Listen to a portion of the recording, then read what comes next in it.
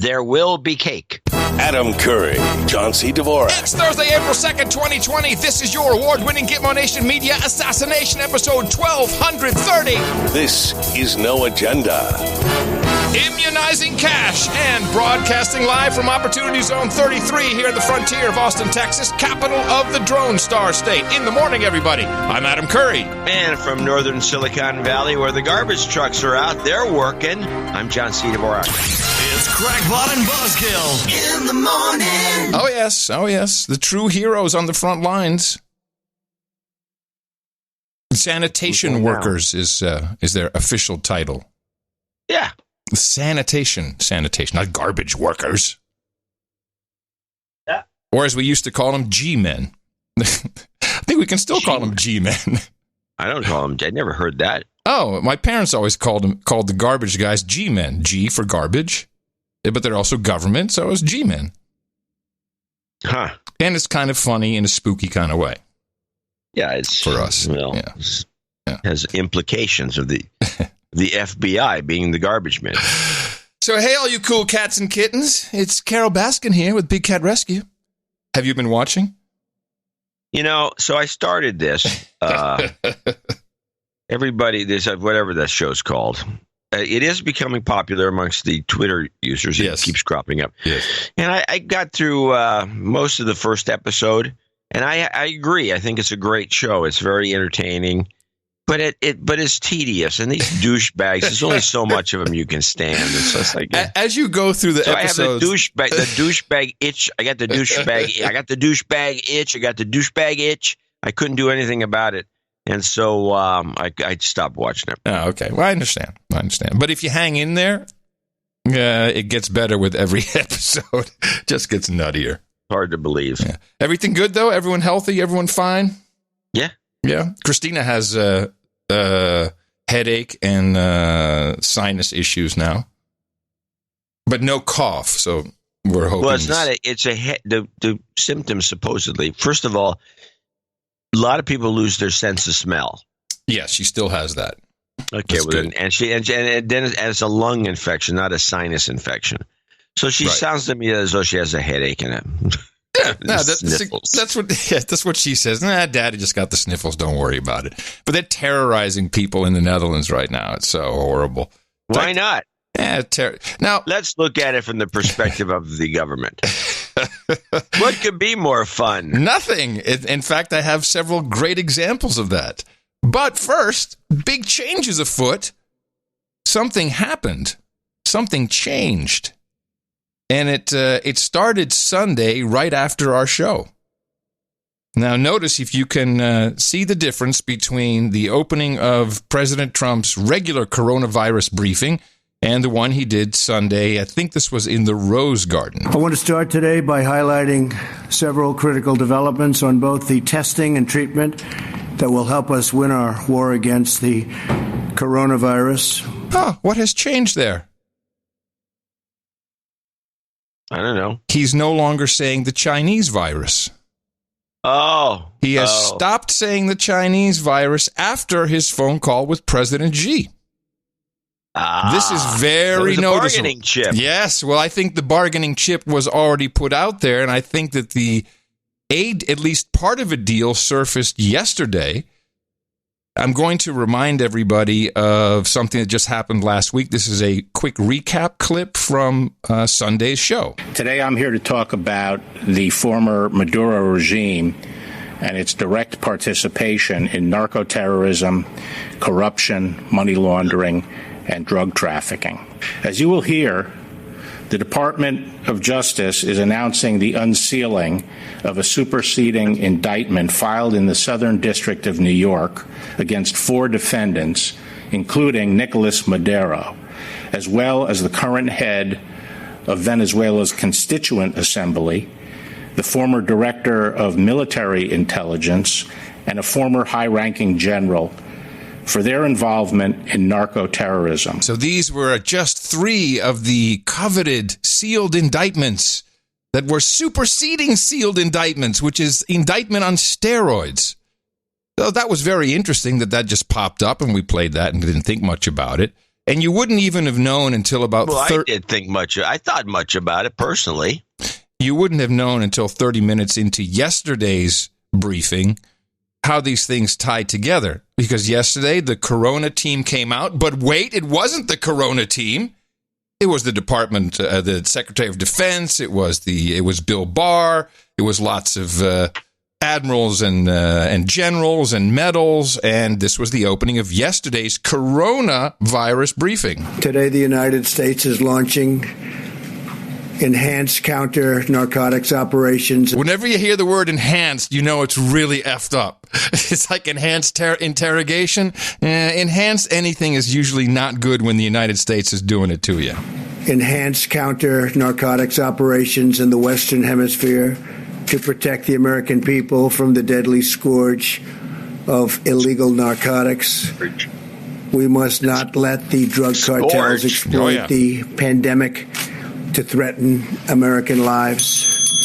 In cooperation with the 22 partner nations, U.S. Southern Command will increase surveillance, disruption, and seizures of drug shipments and provide additional support for eradication efforts, which are going on right now at a record pace. We're deploying additional Navy destroyers, combat ships, aircraft and helicopters, Coast Guard cutters, and Air Force surveillance aircraft, doubling our capabilities in the region. Secretary Mark Esper, Attorney General Bill Barr, National Security Advisor Robert O'Brien will provide more details. In addition, I'm going to have General Milley, who's done an incredible job in so many ways. So it's still kind of unclear what we're doing, but then a map goes up and the Secretary of Defense comes up to speak, Mark Esper. Well, thank you, Mr. President, and good afternoon, everyone. I appreciate the opportunity to be here today as we make this very important announcement. At a time when the nation and the Department of Defense are focused on protecting the American people from the spread of the coronavirus, we also remain vigilant to the many other threats our country faces. Today, at the President's direction, the Department of Defense, in close cooperation with our interagency partners, began enhanced counter-narcotics operations in the Eastern Pacific Ocean and the Caribbean Sea. This initiative is part of the administration's whole-of-government approach to combating the flow of illicit drugs into the United States and protecting the American people from their scourge. So I love saying the what was it exactly? The East Pacific Ocean and the Caribbean Sea. Yeah. Then they showed the map, and there's all these naval ships right to the north of Venezuela. We're taking over Venezuela. We're going to arrest everybody. While everyone else is looking the other way, they just put it out there. Never even mentioned Venezuela in this. It's all Venezuela. They're going to arrest them. And we know Guaido was set up in the State of the Union with, there's a legitimate president, which he's not. This is pretty brazen. And I think Trump got permission from Xi. So, hey, we're coming in. We're going to do this. Back off. And maybe it's also to stop some fentanyl trafficking. They're all over the place. 22 nations participating in this? The Eastern Pacific, mentioning that specifically, is the fentanyl. Yes, yeah, exactly. So, let's see what happens. They're all off to the coast. It's going to be enhanced. That's all I know. Enhanced, and this will give the Q boys and girls a lot of extra fodder. Because, of course, the ships, it looks like they're right off Venezuela, but really they're right near the Caribbean. They're right in the little St. James Island or whatever. So who knows exactly what's happening. But I thought it was really interesting that just popped up and they went off, and then the coronavirus briefing continued. It was really quite spectacular. Well, we'll see. I agree. I think they're going to, I don't know. I mean, it's a good time to do it. Yeah. And it's enhanced. You have to have enhanced. I want to really run it. Let's do the update. This is the lengthy but interesting NBC News Corona update, keeping this up. This is from yesterday, I think. Tonight, FEMA is bringing in hundreds of ambulances to help with record-breaking 911 calls in New York. And more temporary hospitals are opening as the city wages war on the virus. From this naval hospital ship to tents in Central Park to this massive convention center. And now authorities are planning to retrofit this tennis stadium, the site of the U.S. Open. The current capacity maxed out. We project the potential at all of those beds, all 20,000 will have to be turned into intensive care beds to focus on COVID-19 patients who are really, really sick. That gives you a sense of just how abnormal it could be. The tri-state region now topping 90,000 confirmed cases of COVID-19 and more than 1,500 deaths. Today, 15% of the NYPD called out sick. Overnight, the Empire State Building pulsed red to honor medical workers as more heart-wrenching stories pour in. It is an organized chaos. Alyssa Paigari, an ER nurse in New Jersey, is overwhelmed and seeing more of her colleagues get sick. There's no time to grieve and there's no time to think about that because you just have to keep going and you have to keep taking care of patients coming in. Eric Blutinger is an ER doctor in Queens. I just got out of my 10-hour shift, and it feels like playing dominoes every single minute over 10 hours straight. Feeling like any one of your patients is about to fall and collapse. And today, the virus hit home for New York Governor Andrew Cuomo. His brother, CNN anchor Chris Cuomo, tested positive. The governor now says there's a lesson here for all families about keeping their distance. 2 weeks ago, my mother was at his house. And I said, that is a mistake. So many families now waiting for word about their loved ones from a distance. He's very, very sick. I mean, he still has pneumonia in his lungs. His kidneys have failed as a result of all the stress on his body. Amy Breslow's husband tested positive and is now intubated. She drove him to the hospital but wasn't allowed to stay. Now she's pleading for plasma donors for an experimental treatment. I know he knows that I love him whether I say it or not, but saying it is so important too. In just one 6-hour stretch, New York City saw an average of one coronavirus death every 3 minutes. You know, this whole fear scam, because I think that is definitely a scam, is all in the numbers. It's all in this data, which I do want to talk about. But just hearing this, I believe it is important for Brian Williams to remind us what the media's job is. Our job tonight actually is to scare people to death. And he's doing a fine job of it. Well, the thing is that these numbers, like, for example, not continuously, but in a small period of time, they were having one death every 3 minutes. Right. And it wasn't like, I suppose you have one death every, you know how many people die every second, or, you know, in the United States, we have 7,500 people dying every day. Every day. Yes. And that's one every 12 seconds. So this isn't even getting to the pace of the just everyday dropping dead. Well, I'd like to address the hospital numbers first, because now there's even a Twitter trend now. People are going to the local hospital, filming, saying, "Hey, where's all the panic?" They're getting in, just seeing that there's not as much panic as perhaps is perceived. And if you look back at 2018. I have a whole bunch of articles. I've put them in the show notes, nashownotes.com. I'll just read the publication and the headline. Time Magazine, hospitals overwhelmed by flu patients are treating them intense. Los Angeles Times, California hospitals face a war zone of flu patients and are setting up tents to treat them. Remember, this was just for the flu. Overwhelmed by flu cases, some ERs turn ambulances away. CBS News. Widespread flu overwhelming hospitals and doctors' offices throughout Louisiana. AP, flu season overwhelming hospitals. Flu epidemic is overwhelming California ERs as death toll. That's all 2018 flu. So, the supply chain just in time, what is it, the 6-6 blue system, that's obviously just been maintained and has not ever been really jacked up to deal with any kind of crisis of this magnitude. And then you go to the Twitter brigade who are out on the streets. I thought this one was pretty funny. This guy is walking around. He can't see it. I think he's in Brooklyn. And he can't see any panic. There's just very quiet, nothing going on. There's a couple of street vendors have set up selling food on the street, and those guys now they know what's going on. So you guys set up here all the time? Yeah, we've been here 5 years, way before this shit happened. So there's not like all these just ambulances bringing people in just left and right. It's something ain't right, man. Something ain't right. Yeah, this new world order is what they're trying to put out, man. We're going to reset the currency, man. Thursday, the Fed introduced this new digital money. They want us like China, where they put this fucking thing and you walk in the store and grab whatever it is, working with this 5G right here above you. So these guys have it all. It's like it's New World Order, it's one currency, digital money. And they're going to know you just 5G. Walk out the store. They want to cashless society. And then with that, man, they can control everybody. You know, what if your brother or your nephew want to borrow $100 or $20? How would you better give it to him when this fucking thing and everything is digital? And I don't know, man. You have to know his fucking serious number. Man, come on, man. Every nation is agreeing on this. If they're going for one world order, man, you know, the Antichrist going to return soon. He's got all of it in there. He's paid very good attention.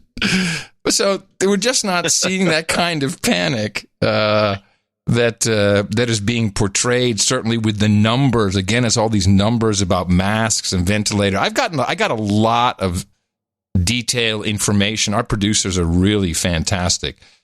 First of all, I've learned something very important about the ventilators.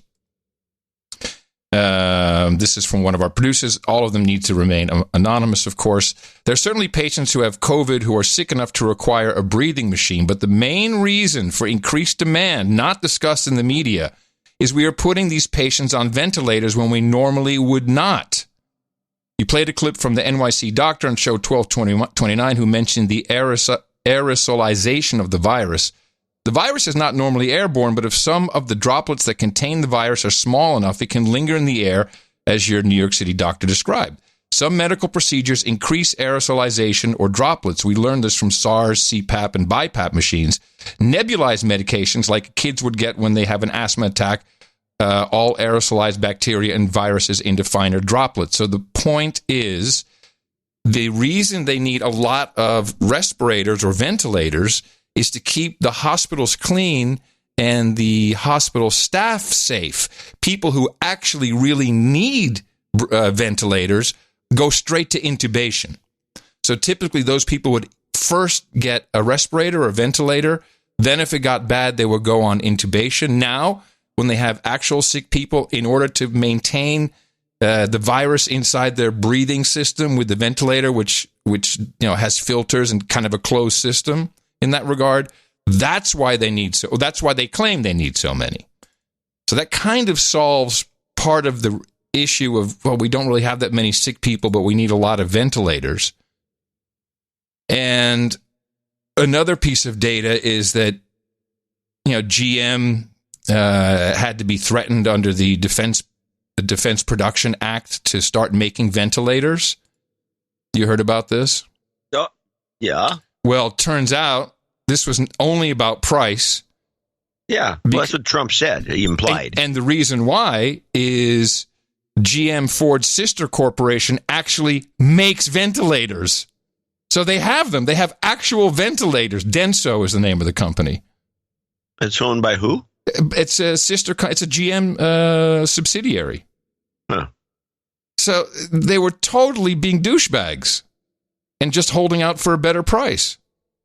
Oh, that's the American way. It's not surprising, but it's just you don't get this kind of information. You don't hear about it. You don't everything's so brief. Just pass right over everything.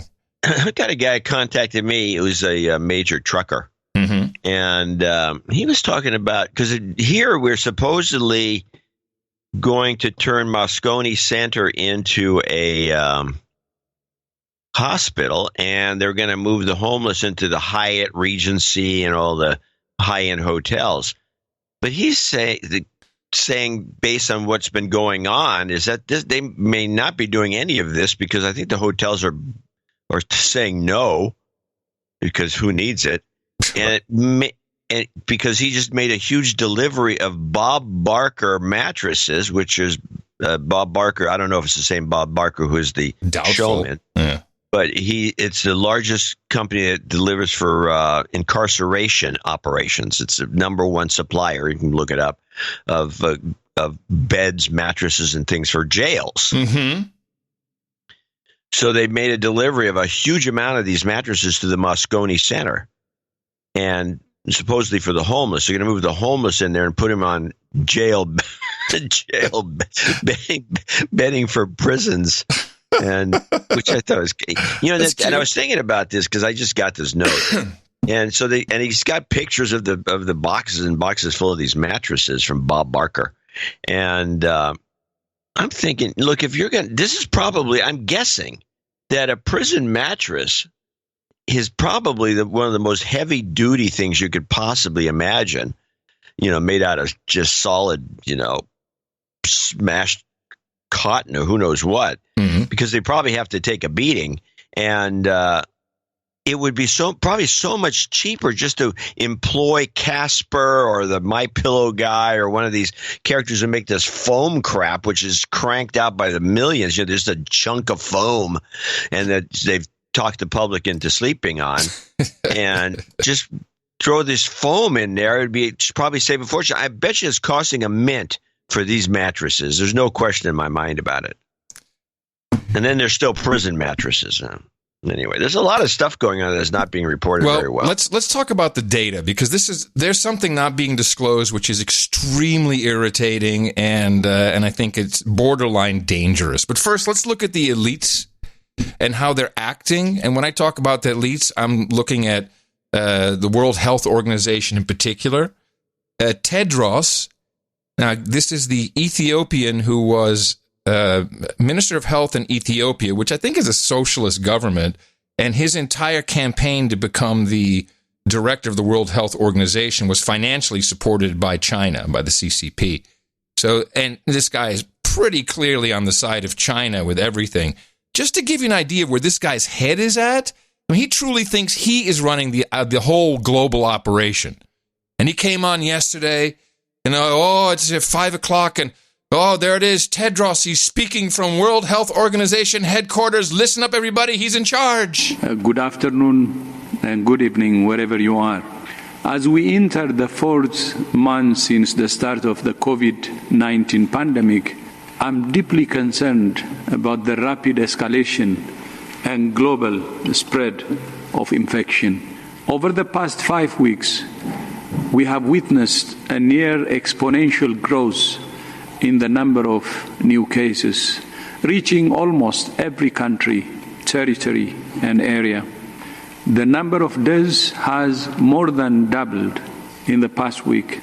In the next few days, we will reach 1 million confirmed cases and 50,000 deaths. I like how he says des. Is des. Many countries are asking people to stay at home and shutting down population movement, which can help to limit transmission of the virus, but can have unintended consequences for the poorest and most vulnerable people. I have called on governments to put in place social welfare measures to ensure vulnerable people have food and other life essentials during this crisis. So instead of saying, hey, it looks like everyone's doing something for their people, this guy says, I've called on governments, not world leaders, not presidents, prime ministers. I have called on governments beneath us to do as we say, give your slaves some money so they have no deaths. And he spoke about exponential this and exponential that, which is very reminiscent of our own Mr. Exponential, who loves dropping the magic number. Well, let's say you have 100 cases, and let's say you don't do a shutdown, then it grows 33% per day. So you take 100, you get 1,000, you get 10,000. It's exponential growth. So that's Bill Gates, who's been everywhere, and with good reason, because he's very tied into this. The Gates Foundation is a big financial supporter of the World Health Organization, one of the biggest ones, besides the United States. And it looks like we're now getting into the nitty-gritty of the models. We're talking about the numbers. We're talking about how it's presented to people. And you're going to find out, the Cheshire Cat revealed himself on the previous show, and he was smiling at the mention of Anthony Fauci, who is the resident doctor who is being trusted with all of this data. And he was on Jake Tapper CNN discussing the models. How many cases do you think the U.S. will reach? 1 million cases? 10 million cases? Or do we not even have any idea? You know, Jake, to be honest with you, we don't really have any firm idea. There are things called models. Models. And when someone creates a model, they put in various assumptions. And the model is only as good and as accurate as your assumptions. And whenever the modelers come in, they give a worst case scenario and a best case scenario. Generally, the reality is somewhere in the middle. I've never seen a model of the diseases that I've dealt with, which the worst case scenario actually came out. They always overshoot. So when you use numbers like 1 million, 1.5 million, 2 million, that almost certainly is off the chart. Now, it's not impossible, but very, very unlikely. So it's difficult to present. I mean, looking at what we're seeing now, you know, I would say between 100 and 200,000 cases, but I don't want to be held to that because it's deaths. I mean, we're going to have millions of cases, but I just don't think that we really need to make a projection when it's such a moving target that you could so easily be wrong and mislead people. What we do know, Jake, is that we got a serious problem in New York. We have a serious problem in New Orleans, and we're going to be developing serious problems in other areas. So although people like to model it, let's just look at the data of what we have and not worry about these worst case and best case scenarios. This is a soft pedal for a change that was made in the data that is not being disclosed or discussed. And it is what the president is following and making decisions upon, according to Dr. Birx. Look, we know it is a hard pill to swallow, so to speak, for the economy. But to save lives, we have to continue this lockdown. Are you confident he would listen to that advice and take that advice? I am confident that the president has listened to and seen all of our data as it evolves. I think you can see that the president over these 3 weeks has been very focused on what the American people need, both economically and public health wise. And I think it's incumbent on every public health official to be looking at their data in a very granular way to understand who's at risk of hospitalization, who's at risk of mortality, how do we stop the spread, and really move to a 21st century supercomputing approach rather than a more generic slide rule based approach. I love the, we're doing supercomputers instead of slide rules. Okay, fine, Birx. But here's the problem. The data is now from the so-called Chris Murray model. We went from the imperial model, which was completely debunked, had to be retracted, downgraded by a factor of 25. This was the Neil Ferguson model, and that fell apart. And overnight almost, it went from the 2 million deaths in the United States to 200,000. But it was discredited, so they had to move to a different data source. Who is Christopher Murray, who created this model? Well, Christopher Murray heads up the Institute for Health Metrics and Evaluation. The Health Metrics and Evaluation. Previously, he served as the director of the Harvard Initiative for Global Health and as executive director of the Evidence and Information for Policy Cluster at the World Health Organization. Oh, isn't that convenient? He comes from the same nest, and he's also a Rhodes Scholar. So that just tells you about Christopher Murray. What is the Institute for Health Metrics and Evaluation? They do one thing. They retrieve information from hospitals and doctors. They compile that and then create models. That's all they do. Founded in 2007 with a $105 million investment, an additional $250 million investment in 2019. There's only one investor, the Bill and Melinda Gates Foundation. So we've switched from the imperial model to a Gates Foundation model and data.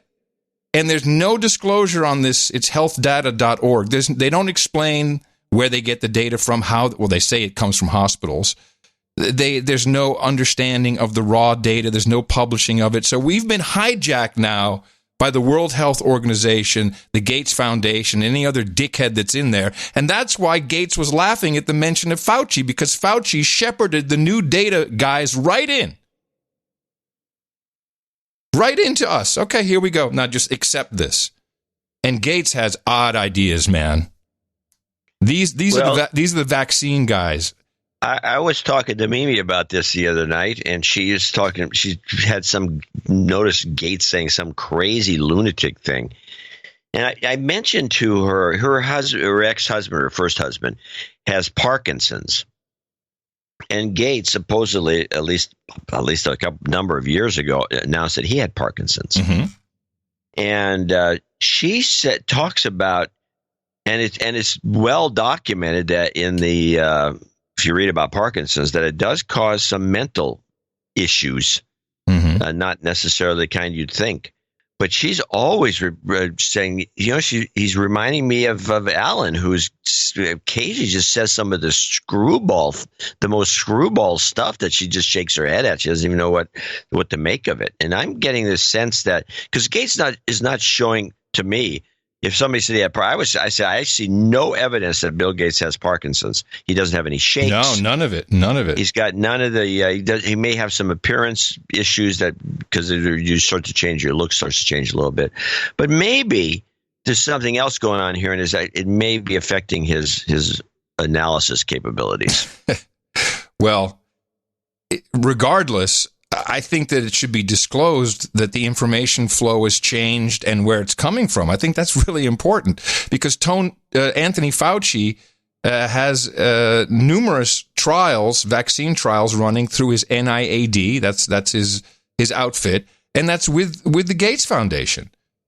Bill Gates, who just recently did an Ask Me Anything on Reddit and said the only way to track this properly is to give everyone who's had the vaccination a nano dot tattoo that has a chip in it. So, and this kind of brings me to, I did some work, and I wrote down and I wrote out the 4 main theories that are out there. And I think it's important with maybe just do that now so we go through them, because we need to operate from a lot of these assumptions. And none of them are mutually exclusive, which is very interesting. First, we have the narrative. The narrative is a bat got the virus from a pig, and it was sold live on a wet market to a woman who then took a dump in a bathroom stall, and then some lady sat on the toilet and she got it. This is literally what the narrative is now. And then through plain old viral transmission, it eventually wound up all over the world. Am I missing anything on that basic narrative? Well, the narrative, the one I understood, was that the bats are a natural, and we've played clips about this, a natural harbor for COVID variations, and it's just you're going to be selling them in a as food to the Chinese. That some viruses will make the jump to humans. The next thing you know, we're in trouble. Right. I don't need to about the woman crapping and all the rest of it. No, that's she's patient zero now. There's lots of stuff about patient zero. Yeah, they have not found a genuine patient zero. No, of course not, but this is what we're all led to believe. So that's the basic story. So we have 4 theories. I'm going to start with the 5G theory because I've ignored it so long and I finally dove into it. I've ignored it completely, and I'm the 5G guy. You are the 5G guy. So the 5G theory goes, and I have an actual professor who speaks about this, Professor Dr. Thomas Cohen, and his thesis, and it's a very long video, so I took a much shorter clip, just under 2 minutes. But his basic thesis is what is happening is not a virus, but there's something changing within the molecular structure of human beings that it is trying to get poison out, and so you're excreting whatever it is, and that is then thus mistaken for a virus, but it really comes from something completely different, which is a change in the entire global electromagnetosphere. So something changed with the electrical pulses that surround the entire globe. That's obviously from TV to telephone to radio to Wi-Fi and radar, satellites, all this stuff. And he backs up this theory by taking the timeline of huge pandemic events and changes in the electromagnetic field around the Earth. This is, again, Professor Dr. Thomas Cohen. Do you have a question? Wow. Yes, it's good. It's good. You like it. So what happened in 1918? There was a huge, in every pandemic in the last 150 years, there was a quantum leap in the electrification of the Earth. In 1918, late fall of 1917, there was the introduction of radio waves around the world.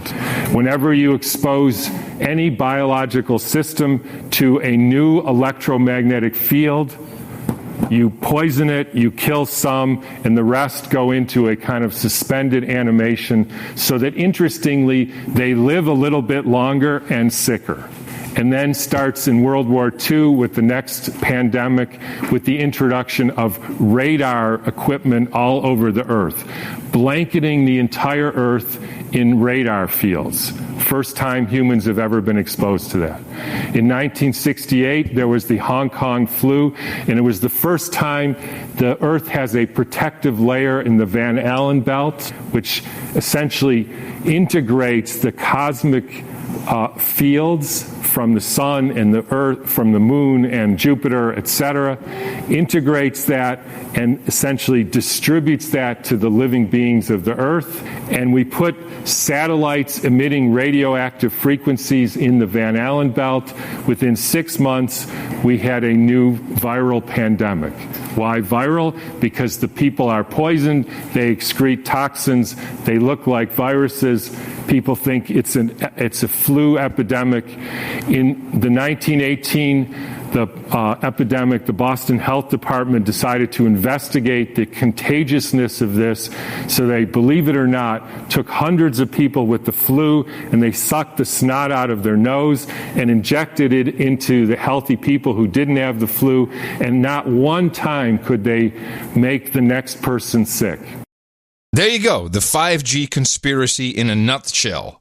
Well, it falls apart. The problem is, I like his timing, and there are coincident things that happen. You have the radio, and then you have the flu.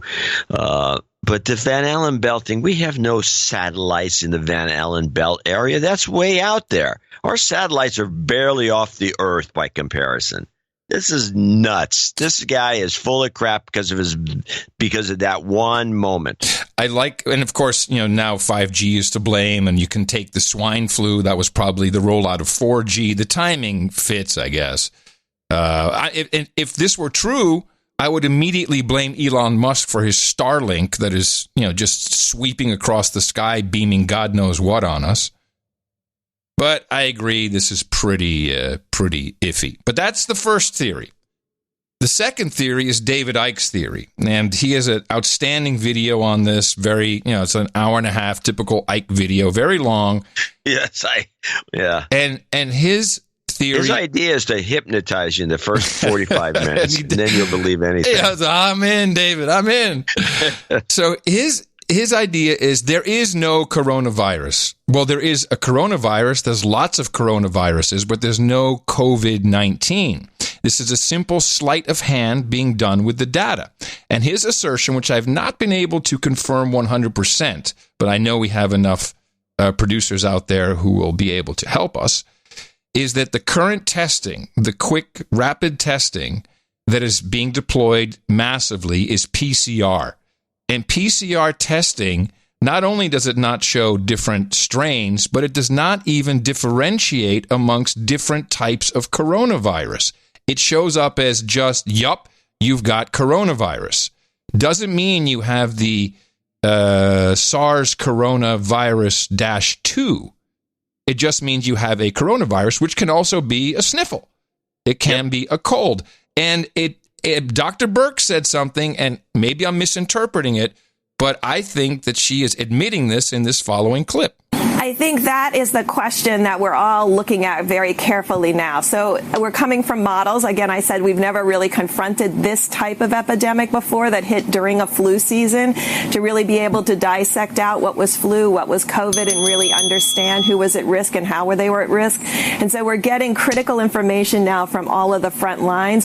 Yeah, I just don't hear any criticism of the testing. Interesting. Why don't you play? I have a clip of a woman from Yonkers taken from an NBC feed in New York that kind of maybe this explains it. New at 5 o'clock, a cautionary tale from a woman in our area who says the virus could be active in your system longer than you think.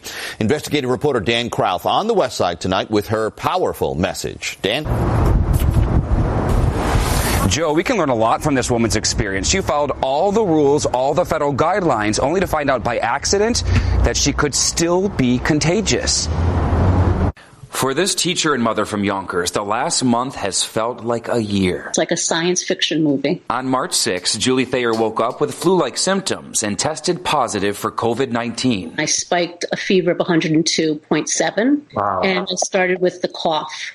And that triggered my asthma. She self-isolated at home for weeks. You just feel lucky that you were one of the survivors. As miserable as I was, as sick as I was not on a ventilator. The CDC guidelines recommend anyone who tests positive to remain in isolation for at least 7 days since symptoms first appeared, and at least 3 days since recovery. Thayer says she tripled that recommendation and stayed isolated for 21 days. And I met all those criteria. So I went out into the world. And luckily, my first trip to the world was to give blood. The antibodies in her plasma could be used to help critically ill COVID-19 patients. They took her blood along with a second test. I thought I was free. But in reality, you were not. But in reality, I was not. She tested positive.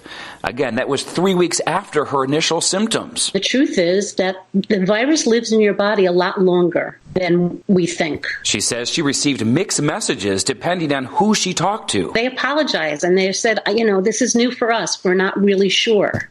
That's frightening to me. Oh, I love how they put this together like a frickin' Radio Lab episode. Stuck our answers in every supposition and preposition that they could do. It's like, come on, come on. But the David Icke theory is probably the simplest of all of them, and really, I think, the most likely. But I have two more to go. Let me just go through this. So he says, this is all a sleight of hand. It's being done with data. I have a tremendous problem with the data, where it's coming from, how it's being presented. But let's just say there is no way to define between someone who has developed COVID-19, the disease based upon a coronavirus, and someone who has influenza, which can also detect as coronavirus in your system. In fact, we can have coronaviruses in our system at any moment and not have any. We have lots of viruses and stuff going around in us. So that's why we're seeing this as a regular, normal flu death count, because that's what it is. Data misrepresentation is being used to show the problem. Of course, we have the reaction, which is this is David Icke's thing, problem, reaction, solution. We have the media to jack everybody up and make everybody afraid. And the solution is back to the people who clearly are in charge of the data, which is the vaccine guys and gals. And this is Fauci, NIAID, the Bill Gates Foundation, World Health Organization, whatever else. The goal is vaccines, tracking, and ultimately this will be used for climate change mitigation. And I think David Icke has some very good points. Again, these are not all mutually exclusive, because no matter where this came from, people are going to take advantage of it. So whether Gates and those guys created it or jumped in to make the most of it is unclear. Then the most colorful of all, this would be the Q theory. The Q theory. Oh, actually, just to wind up David Icke's, here's Project Veritas released a new video this morning where, what's the guy's name? James O'Keefe. He went to a drive-through testing, and there was National Guard. Did you see this? National Guard? Yeah, I was out a couple of days ago, actually. Oh, okay. Well, let's just play this opening clip. What about the situation itself? Is it as bad as ever the media is saying, the whole pandemic? Oh, no. It's the flu. It's just the flu? It's the flu. That's all it is? It's the flu. Wow. Is the media accurately reporting, or is it as bad as people are saying? No. It's not as bad as the media is making it out bigger. Yeah. Wow. I just want to be precautious. Just be precautious, yep. All right. And it's not as bad as the media is saying, I'm hearing you. I'm in the fence with you with them. I'm doing all this shit. You're doing everything. Yeah, and I'm not getting sick. I'm good. Wow. So I'm going to ask you not to do any photography or video. Oh, sorry about that. It's amazing how Veritas can't even get good audio when it's not even hidden. It's unbelievable. It's horrible. The whole thing. I got one more clip I want to play before you finish this, because this also kind of plays in the idea that maybe this is just testing issues and some other data problems and all the rest of it, because Fauci's actually already covered his ass for the next go round of this next year, it seems to me, if you play this corona immunity clip. Oh, yes. The leading infectious disease expert on President Trump's coronavirus task force says he's really confident that those who are infected and then recover from COVID-19 can build up an immunity to it. Dr. Anthony Fauci, director of the National Institute of Allergy and Infectious Diseases, appeared remotely on The Daily Show with Trevor Noah when he was asked about the possibility of reinfection from coronavirus. If this virus acts like every other virus that we know, once you get infected, get better, clear the virus, that you'll have immunity that will protect you against reinfection. On Noah's show, which is practicing social distancing and being filmed remotely, Dr. Fauci cautioned that his take is not 100% given because a full study had not taken place yet. Still, the infectious diseases expert seems certain. So it's never 100%, but I'd be willing to bet anything that people who recover are really protected against reinfection. Business Insider reports that blood tests have been carried out by Chinese health officials showing that antibodies have been developed to fight off the virus, which is an indication that the person tested contracted COVID-19 despite showing little or no symptoms. Matt Freeman, a researcher at the University of Maryland School of Medicine in Baltimore, told NPR that it's very likely that those who recover from coronavirus develop at least some level of immunity to it, and that even if reinfected later on, the effects of the disease would be much less. Uh-huh. Yes, that is a good data point to have. So those kind of slips in with just what we're seeing in normal thinking. But for this, the Q theory, which has especially now with this enhanced naval counter drug enforcement mission, etc., I think the Q boys and girls are going to be very jacked up. I think we should put them on for a second. Get your glasses. Here we go. And they're on. You got it on? Yeah, I'm waiting. All right. So I'm just going to go through a paragraph that I wrote down that'll explain the basic theory. There's no need to stop me halfway. Q turns out to actually be John F. Kennedy Jr., who went undercover when the deep state took over. This, of course, is when Hillary Clinton tried to have him killed as she became the senator of New York, which was supposed to be JFK Jr. And JFK Jr. has been patiently awaiting revenge on the elites for killing his dad. Of course, this makes total sense with the Bob Dylan song released about JFK being killed by the Timberwolf. So the elites, who, as we know, eat babies, have pizza parties, they all party with Epstein and Weinstein. But most importantly, the elites in the world, I'm looking at you, Hollywood, politicians, rich people. Not only do they abuse children, they take adrenochrome, which is extracted from children who are first put into a state of distress that releases compounds like adrenaline into their blood. And then they take this. So in order to track the elites to unseal the thousands of sealed indictments around the world, a tainted batch of adrenochrome was circulated amongst a list of elites that they got from Harvey Weinstein, who gave them up in return for sentence reduction or disappearing him, perhaps through a coronavirus death. So the shutdown of the world is so that Trump, Barr, the military, the white hats all over the world can arrest the over 160,000 people worldwide, stopping this scourge of killing babies. Where we go one, where we go all. I think we should take them off right now. You know, this theory was floating around. I paid little attention to it.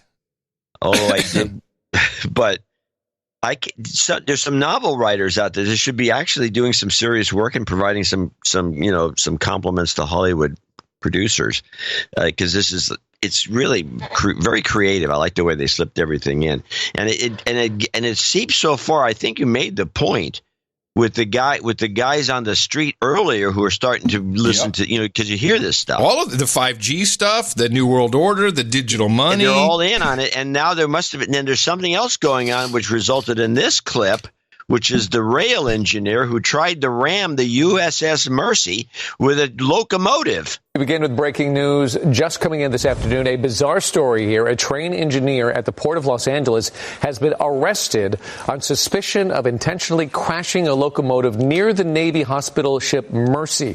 Federal prosecutors say the train engineer claimed the ship has an alternate purpose for being docked there, possibly a government takeover. Eduardo Moreno of San Pedro allegedly ran the train at full speed off the end of the railroad tracks yesterday in an apparent attempt to damage the ship.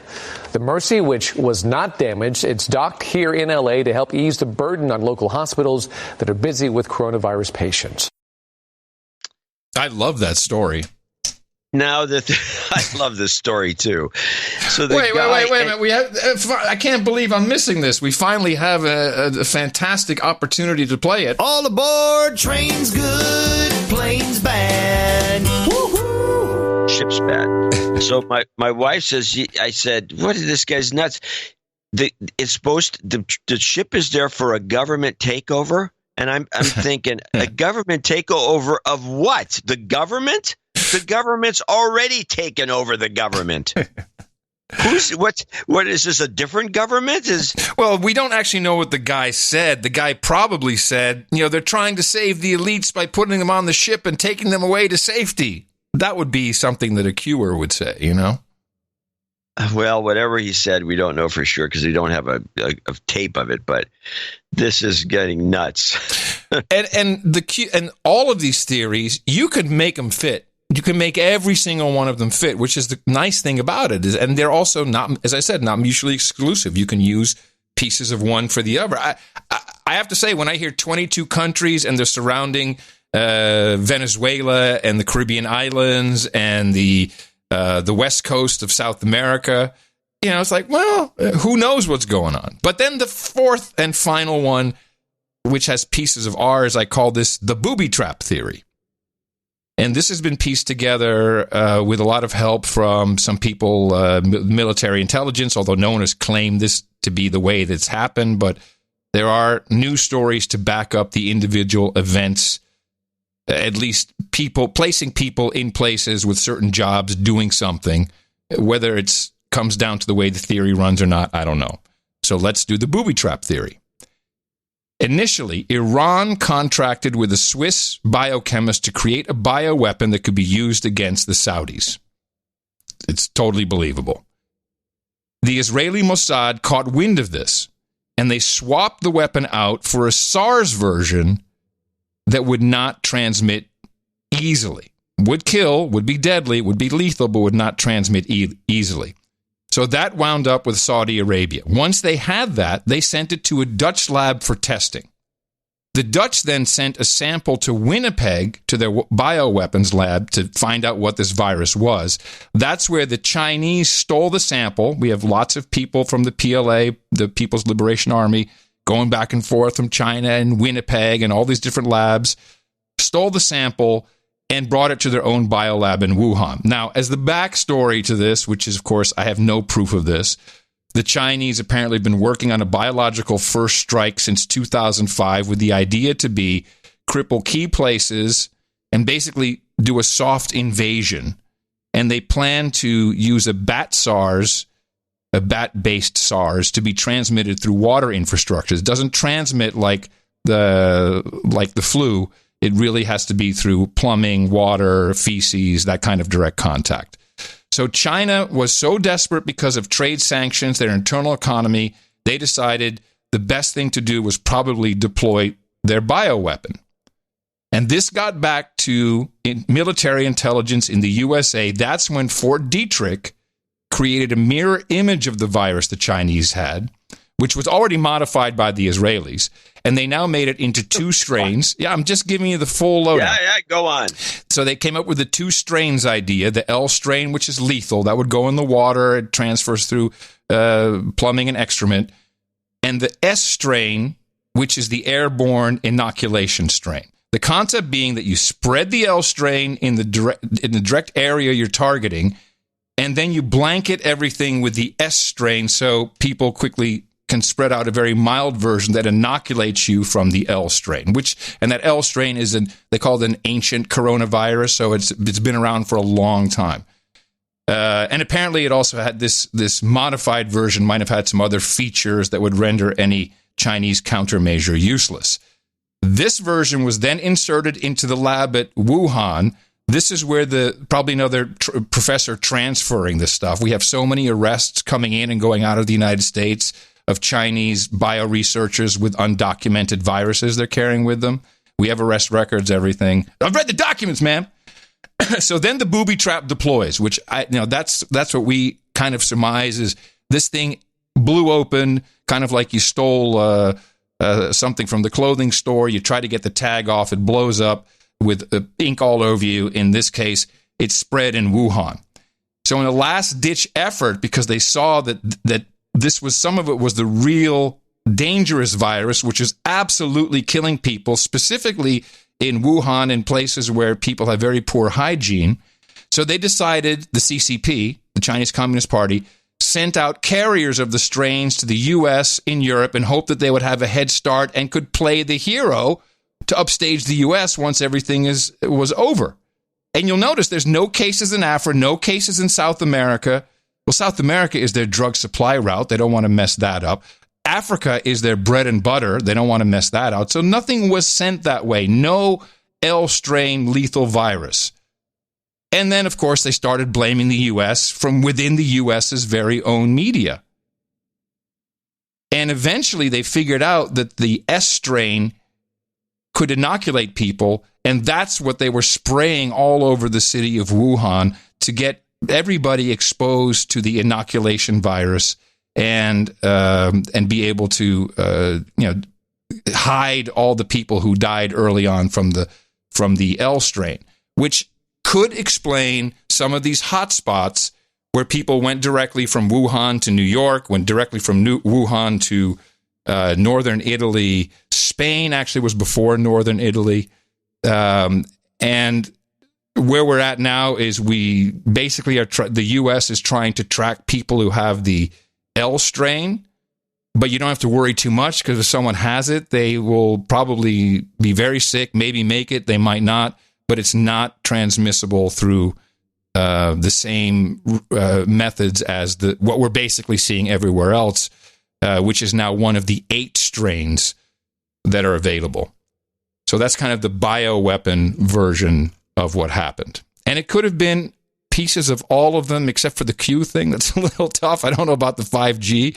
I'm sure electromagnetic waves don't help anything. So I'm sure it didn't make it better. But I think we're somewhere between the Ike theory and the booby trap. But ultimately, I just don't see the actual danger in the numbers as presented, and nor should anybody else. Well, it's definitely an issue. The reason I'm stalling here is because I'm watching these. I can look down the hill and I can see these workers down by the tracks doing something screwy. They're setting up 5G towers. It's being reported everywhere. Yet. While you're looking at that, I'll give you here's a little update on the models from Dr. Birx, who explains what we're really looking at this moment in time. So the cases you're seeing right now hospitalized, and this is a very important point for the American public, what we're seeing in the hospitals now are people who most likely got exposed and sick more than 2 weeks ago. So you're seeing what was occurring 2 and 3 weeks ago. So the things we have put in place over the last 8 days and what the mayor and governor has done over the last 7 days, you won't see the impact of that for at least another 7 or 14 days. And that's why you can't always just look at the hospital rates to determine whether you're having an impact epidemiologically. So again, these numbers that we're seeing, which are all cumulative, the charts you see are cumulative. They just added up. Oh my God, it's adding up instead of how many deaths per day, how many cases per day. And it's still well under the typical influenza outbreak levels. Yes, which is I mean, they have numbers on influenza for this since January that are higher than this. It's very disconcerting. There should be some leveling off. It seems to me if this stay at home, and by the way, podcasters in most of these areas that have a stay at home order, we're part of media outlets. Essential personnel. We are exempt. Yes. So you can go out and float around. So we had our Zoom video date with the former New York banker and his wife Sunday after the show.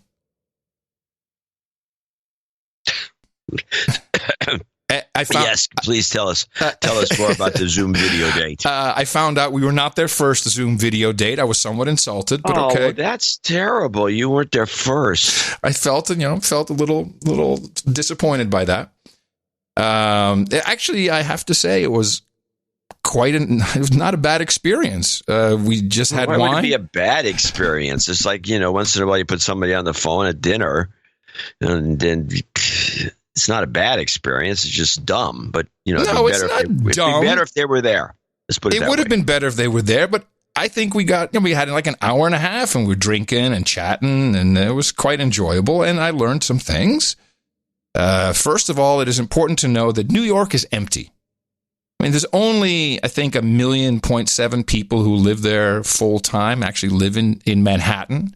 Now, that's Manhattan. That's not all of New York. But they said everybody is gone. Everyone left. The buildings are empty. This has just got to be the poor schlubs who couldn't go to the Hamptons, anywhere on Long Island or Connecticut. So there's going to be a limit as to how many people can get sick, period, because the city is empty. But what was super exciting to learn is that the bailout, now let's call it's not a bailout, the stimulus money, the $2.2 trillion that partially people will receive as money, and the additional $4 trillion, so $6.2 trillion combined, cannot and will not create inflation. And I said, well, how does that work? If you print more money, or if you make more money, isn't that by definition inflating the money supply? Is it not inflationary? He said, yes, but this is immunized money. Have you heard of this term? No, I'm still listening. Immunized money. It's immune from creating inflation because it's not actually new created money. And I'm going to try and explain it. It's done through reverse repos. And here's how it works. The Federal Reserve sells treasuries and receives cash today against a promise to buy treasuries and pay cash back on a later date. This is usually within a six-month period. So the net impact of this on the market is that the market lends the Fed the money because the treasury price is fixed, so there's no market risk. You're going to get it back in 6 months. The market lending the Fed money offsets the cash the Fed provides to buy all the securities they are now buying to support, which of course makes it a circular system, and it comes right back. He says this is modern monetary theory. And I knew this on Sunday, but it's now starting to show up in the papers. You'll see repos this, repo that. It is completely cooking the books. They just created a little. These are the kind of guys. I remember when Ziff Davis was still a magazine and it sold to these other guys, and these guys sold it, and then they put some stock out, and then they refinanced, and they said the stock guys, no, it's only going to be worth $1. Take it or leave it. And we had this one accountant there that was running the company, and this guy I always thought was a genius. He could keep this company losing money afloat and doing well, seemingly, for an infinite period of time until he finally unloaded the asset to somebody else. And I've seen this done before, and it's only done by a very few. I don't know what level of intelligence they have. They seem like normal people. They're not, wagging around their IQ. It's just, but they can do this stuff. And I believe that Mnuchin might be one of those guys. It's Mnuchin, totally Mnuchin. Also, this is with Fink from BlackRock. They cooked it up. And this apparently they used a version of this in the 2008-2009 crisis, but that was so much bigger because it was home values that, things had to go away. Hello, Lehman Brothers. Things had to die in the system and that's why they created, TARP. Bear Stearns is the other one. Yeah. So they shoved all the assets in some off book thing that will come back to bite our grandchildren's grandchildren, whatever. But the actual money they created was not that much bigger then. But this is how they do it. It will not be. This is an endless money supply. You have to do it in bits. You can only do like 10 trillion a year. But this is modern monetary theory. This is it. This is it. And the only thing we have to do to not wind up to be like Japan is make babies. We need children. Otherwise, you land up in what the banker calls the Japanese debt trap, where it doesn't. Well, then let's take a look at what's going on now. Perhaps this whole stay-at-home thing is to force people to have more sex. It's a giant scheme. It certainly wouldn't hurt. There's going to be a mini baby boom after this. It happened just by turning the lights black in New York for a couple hours. That was more than a couple hours. But yeah. Well, yes, but it did create a mini baby boom. If you're going to make people stay at home, babies are coming. Babies are coming. And you reported on this recently with this shortage of prophylactics. I did. There's a rubber shortage. I think maybe or you or Horowitz. Must have been Horowitz. He must. Yeah, apparently they've run out of them. Condoms, you can't get them. Yeah, that could be part of the scheme. Now, Europe is falling the F apart. It is right now. They're like deer in the headlights. They don't know what to do. Every country is trying to take care of their people, but countries like Italy, Spain, they're broke. They have no money. They owe so much money already to the Eurozone. They don't have a Steve Mnuchin. They don't have Mnuchin apparently is working with Italy and maybe even Spain. So up comes the idea that they said they would never, ever do, which was a Euro bond, i.e., write a bond that would raise money for the entire Eurozone. And although the Germans are kind of like, and the French are like, the Dutch came out and went, no, we're not going to do this. We don't see why the people of the Netherlands must pay for those poor shits in Italy. And this is then I'm editorializing it a bit, but that's how it's coming across. And people are pissed off. But you recall a couple of the promises at the forming of the European Union, no passports, that's done. Germany has completely shut down its borders, not just the only country. People are now checking and it's based on license plate, if you can come across the border or not. We would have the same money. Well, that's pretty sad now that everybody has the same money because countries like Greece and Spain and Italy can't jack up their currency to get out of this. No, they have the euro. And above all, it was promised they would never do a euro bond. Instead, and you may remember this from at least 12 years ago, they created the European Stability Mechanism. Do you remember this, the ESM? Yeah, I think we talked about it. I talked about it incessantly because it is exactly what a euro bond is, only they set it up over 10 years ago, probably for something just like this. And the way the European Stability Mechanism works is we'll print up money and that'll be paid for by the other states, which is exactly what a euro bond is. Except they call it the European Stability Mechanism, and everyone's like, oh, yeah, that's a good idea. Let's do that. Instead of, trying to help those people with our money that we work so hard for. But it's a trick. It's like, we're going to tell you we're going to do something other than that, but it's actually something we created a decade ago, which does exactly the same thing. And I think that Italy is going to determine whether the EU project falls apart or not. And Italy is in deep trouble.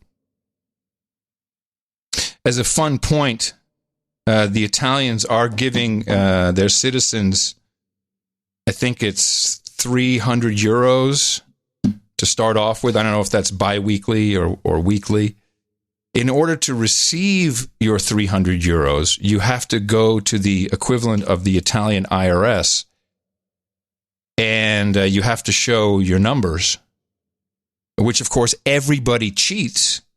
So no one can go to the Italian IRS and say, hey, I have a right to this money, because most of them have never filed income tax or so low in the past that they couldn't even exist, even on paper. So there's a large portion of the population is afraid to get bailout, to get stimulus money because of their lying and cheating on their taxes. And I'm sure this happens everywhere, but according to Willow, it's a big problem. And the Italians just don't know what to do. Do I take the risk of getting investigated later and take the money now? Well, we should just mention in passing that coronavirus, insofar as the coronavirus is concerned, that Sweden has taken a completely different tact from all of Europe. And their tact is, let's just forget about it. And how are they doing? Fine. Well, and that's the thing. It's like if you look at even the Pew Pew map from Johns Hopkins, who are also part of the cabal. Yeah. These numbers, you'll see like there's many states, many counties. There's no recovery numbers. There's a lot of data. Missing. One of our Grand Dukes sent a note in about the area he's living in. This has been going on for over a month, and they have so many cases with zero recovery. So the numbers are bogus on that Johns Hopkins map, which I think it just looks bogus. And the numbers may just include influenza, or maybe it's all influenza. Yeah, it's not good. Well, then I do have a few questions or a couple of observations. One, I'm sorry, moving down the desk here. There we go. There's this big discussion over masks. Should you wear a mask? And it's very confusing. The Surgeon General has said as much. Who I don't know. Jerome Adams, I don't know how he became Surgeon General. He looks good in the uniform, but he seems like a nincompoop. He doesn't communicate effectively. What he communicates, he's confusing. And his message was basically, no, it doesn't help. We need the masks for... you've heard the confusion. It's like, well, the mask, you don't wear masks. Yeah, the masks are no good. We need them. Yes, that's it. That's basically it. Well, it hit me all of a sudden. I know why they don't want the public to wear masks. Hello? The surefire way to avoid facial recognition. Come on now. Yes, yep. It's a surefire way to avoid facial recognition. So for that reason alone, I recommend wear masks. Everybody, yes, wear a mask is good. And I'm the more I think about it, because now we're getting into this tracking and tracing. It appears the Trace Together framework, which is created, has been deployed first in Singapore. We played that horrible promo reel of how to do it, and it uses a combination of things, including the low-powered Bluetooth, which is what my hearing aids use as well. And low-power Bluetooth is interesting because you can literally control the power through software, and that can help you determine how far away a sensor is or another Bluetooth device that you'd be interacting with. And it appears that many of the groups building apps, and they're being built and deployed. Everyone's got an app, including Apple and Google, and that's the official one. It updates automatically, by the way. Don't worry about it. They'll fix it for you. The problem with the Trace Together framework, which is open source, this has been analyzed, link in the show notes, nashownotes.com. There are 2 trackers in there, which, although they seem innocuous, going to a data company, one data company that doesn't sell your data, is all bullcrap. Ultimately, what they can get from you is your device ID, your IP address, a lot of different things. So it's not going to be safe by any sense of the imagination. Those 2 trackers are in there. It's just on GitHub. You can go take a look at it, take a look at the code. But the biggest... Oh, no, one other thing. Can we all admit now, for once and for all, that Amazon is full of crap with their delivery drones. Because if there was ever a time to roll it out, this would be the time. So can we all agree now that this is horse shit and it's never going to happen? It's just a PR tactic? Please? I said it from day one. Oh, of course, but people get all jacked up about it. And now, all right, isn't this the perfect time? The perfect time to have your drones delivering? No, because it's completely impractical and dumb. Just like police forces around the world now deploying their drones for one reason and one reason only, to justify the use of drones. Western Australia. They're the eyes and voices in the sky. Social distancing is critical. Like something out of a science fiction movie, but this is our new reality. Police drones breaking up groups of more than 2. These drones will be used at parks and other places where people congregate and people are not adhering to the social distancing rules. From midnight tonight, unless you're from the same household, only 2 people can be together in public, both indoors and outdoors. The drone fleet is another weapon to protect frontline police and us from exposure to COVID-19. Thank you. Your actions are saving lives. It's another weapon in the arsenal. This is terrorizing people. It is unnecessary. It is only justifying this dumb. It's dumb. Go over to the 2 people and get the megaphone there and say, please, could you go inside? Your actions are saving lives. Thank you. Go inside now. Go inside. No, we have to send a damn drone over like a bunch of jagoffs. Come on. It's terrorizing people, although I did get this ISO. Thank you. Your actions are saving lives. It's so New World Order. I love it. Thank you. Your actions are saving lives. Thank you. Well, that was citizens. There's no citizen in there. In Australia, they're not considered citizens. Slaves. Thank you. So these things are bad, and people should revolt against this type of use of drones. It's really, really not cool. Yeah, I agree. I'm not even going to say anything. Oh, I forgot to mention. The New York banker, he says, interestingly, although not in his class, Fauci attended he's an alum of the former New York Bankers High School. And he played basketball and was apparently quite good. Fauci? Yes. Yeah. I Fauci? Said, the guy's 5 feet tall. He said, well, I guarantee he was a guard. That was a cheerleader, maybe. I don't know what he was doing. But, Then I have one other fun little data point.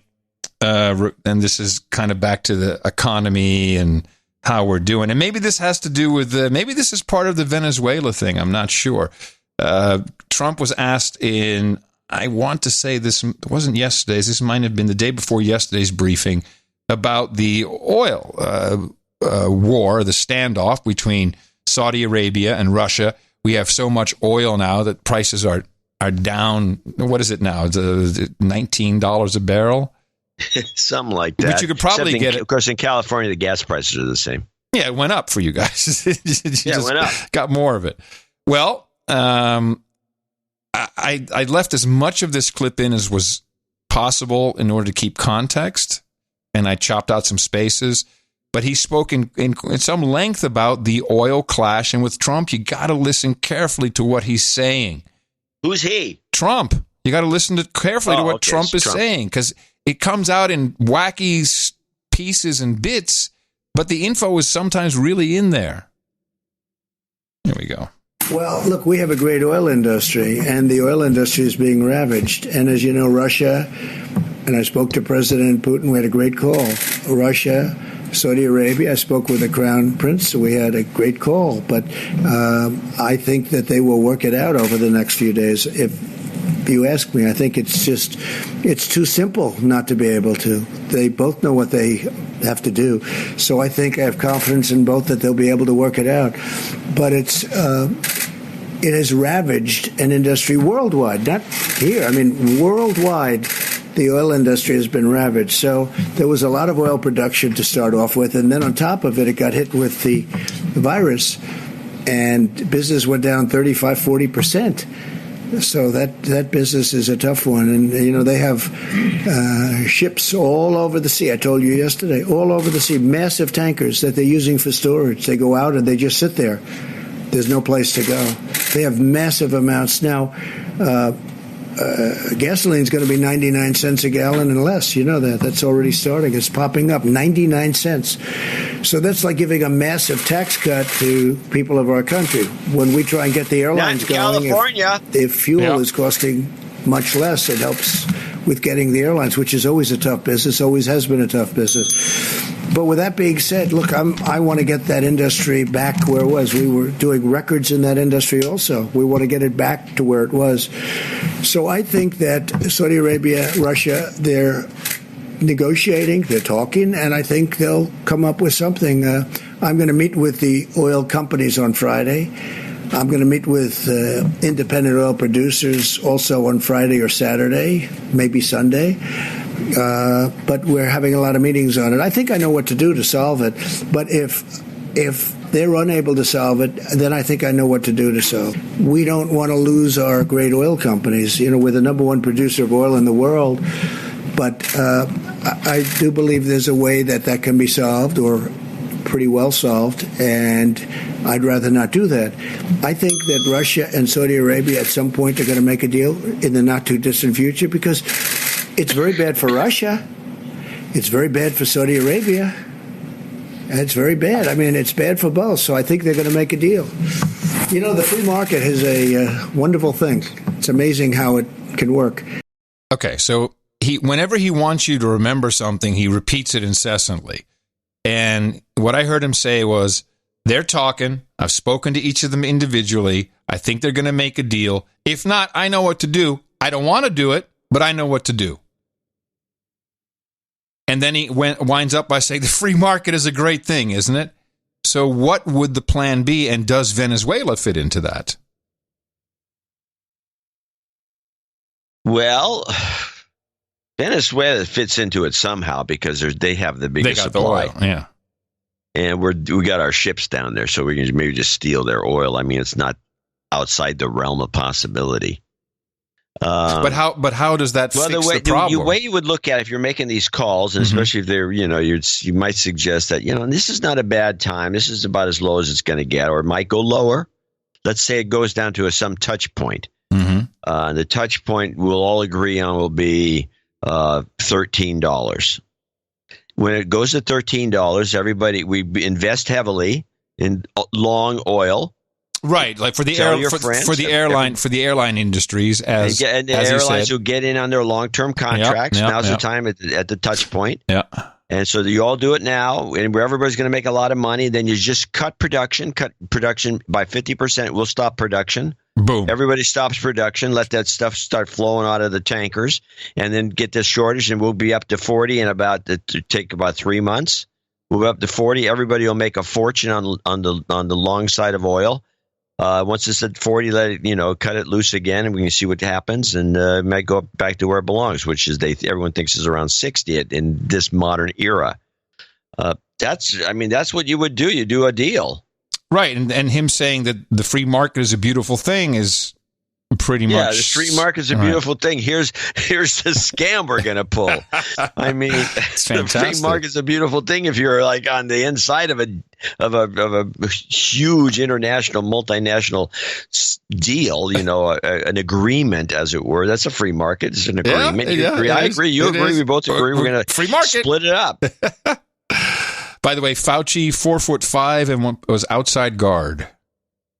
4'5"? Mm-hmm. Well, this is back in because nobody could guard him. Like this is late 50s. You can't guard a guy's 4'5". This was late 50s, I think. Yeah, it's kind of like what was the Pippin? What was his name?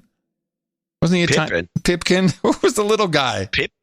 Come on, the player, the little guy. Curly? No, Mo. Curly Neal? No, the Pippin. Scottie Pippen. Scottie Pippen is 6'8" or more. No, he's not. Come on, I know my sports. Scottie Pippen height. He's 6 foot. He is 6'8". Oh, damn it. Okay, sorry. You're right. He's 6'8". Yeah. But Fauci's 4'5", and he's an outside guard in high school. But this was late 50s, I think. So yeah, people were shorter then. Yes, they were. Let me play a couple of things I want to get out of the way. First of all, with our economy going into the toilet. Hold on. Wrong again, Curry. Okay, go ahead. Got to say it. Yes. With the economy going in the toilet, which is always a good lead-in. Let's go. I found the clips. I'm happy you did. Rooting for the Depression won, and then apparently a few weeks later he doubled down. Let's play clip 1. Can I ask about the economy? Because this economy is going pretty well.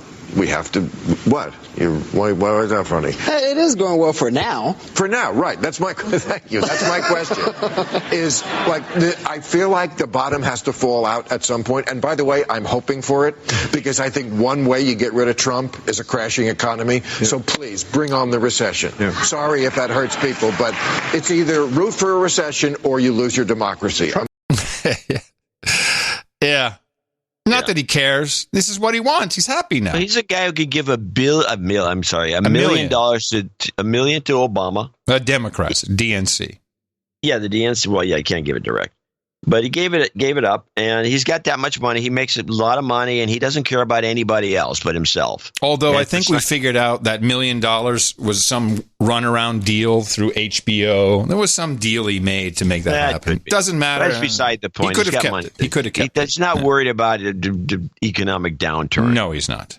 In fact, he's rooting for it. In fact, no one on television has any worry whatsoever about economic downturn. Whatsoever, except maybe they can't get their hair done or their dry cleaning. Actually, dry cleaners are exempt. Yeah, but they're not all open. No, but I've been looking around, and most of them are open. Ours are. Yeah, ours is open up the road. How they got exempt, I don't. I have the order. Well, I printed it out. Elites need to get their suits cleaned for appearances. They do, of course. So let's go to Davies doubling down. All right, Josh, isn't the Fed cutting rates now just going to make the next economic downturn worse? What's your prediction? I've been hoping for a recession. People hate me for it, but it would get rid of Trump, so you shouldn't hate me for it. I mean, recessions are really bad. People lose their jobs and their phones, and we shouldn't wish it's worth it.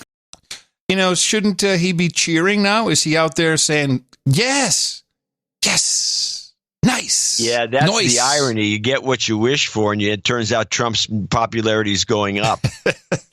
What an idiot. That's the best part of it. Meanwhile, while we're at to finish this topic or round it out a little bit. Yeah. So I've been bitching and moaning about these podcasters who were national network folk just a week or two ago, but now they're all podcasters from their home. Yeah, poorly done. I mean, half a podcaster is better than what I'm seeing there. Most of today's podcasters are far superior. None worse than, it turns out, Kelly Ripa and Ryan Seacrest. Oh, brother! And I'm sorry. Wait! Before you go into it, I got it. You left a pause. I was filling it in. I know you did the right thing, but and I usually prevent that from happening by throwing in something like "but." So they have now. Seacrest is at least mic'd right. Kelly has got a microphone in a bucket somewhere, and the two of them are both. And I put a picture in the last newsletter, and people should look at it. They're both off frame. Oh, brother! They couldn't even get that right. They couldn't even be center frame. They're over to the. Both of them are over to the right, kind of almost falling out of frame. And Seacrest is in his kitchen wearing a hoodie, and she's in her not her dining room. She's in her living room, or I don't know where she is, but she's unfortunately poorly mic'd. And then she poorly mic'd. It's so bad. No, she's not mic'd at all. She's just on the laptop mic or something. It must be. But whatever the case is, she decides to go off in this advisory thing, which is, I advise you don't to worry about being alone and all these things about staying at home. And by the way, this is nothing more than virtue signaling. All the broadcasters and all the stay-at-home orders are very clearly exempt. Yep. You can go to the studio, and that includes everyone in the studio. It includes all the cameramen and the editors. You can all go to work. You can still have your jobs. You can go to the studio. In fact, most people in the technical jobs are still on the job at work. They still have to man the connections. They still got all kinds of lower thirds and remotes to connect to. They're all working. The technical people are working. And so you can put a mask on and go to work. You can be at the studio. But you're right. This is show business to the max. And well, they have another problem, but I'll let you get to this. It's virtue signaling to the max. Oh, look at us. We're at home, too. We're suffering like you are. This is bull crap. Meanwhile, then she goes on to this rant, which is what I recorded about, oh, don't worry about it. If you feel lonely, that's we all do. And she's just ridiculous. By the way, this is more of the fear factor notion that's what we've been talking about, the way if you can understand her when she goes through this rant of hers, and see Chris, you can hear him at the end. I didn't clip any of him, but I can assure you that he was mic'd correctly. But she was just, this is pathetic. This is beneath the lousiest kind, and this is network television. And I just wrote down a few things that I want people to know that it's okay to feel.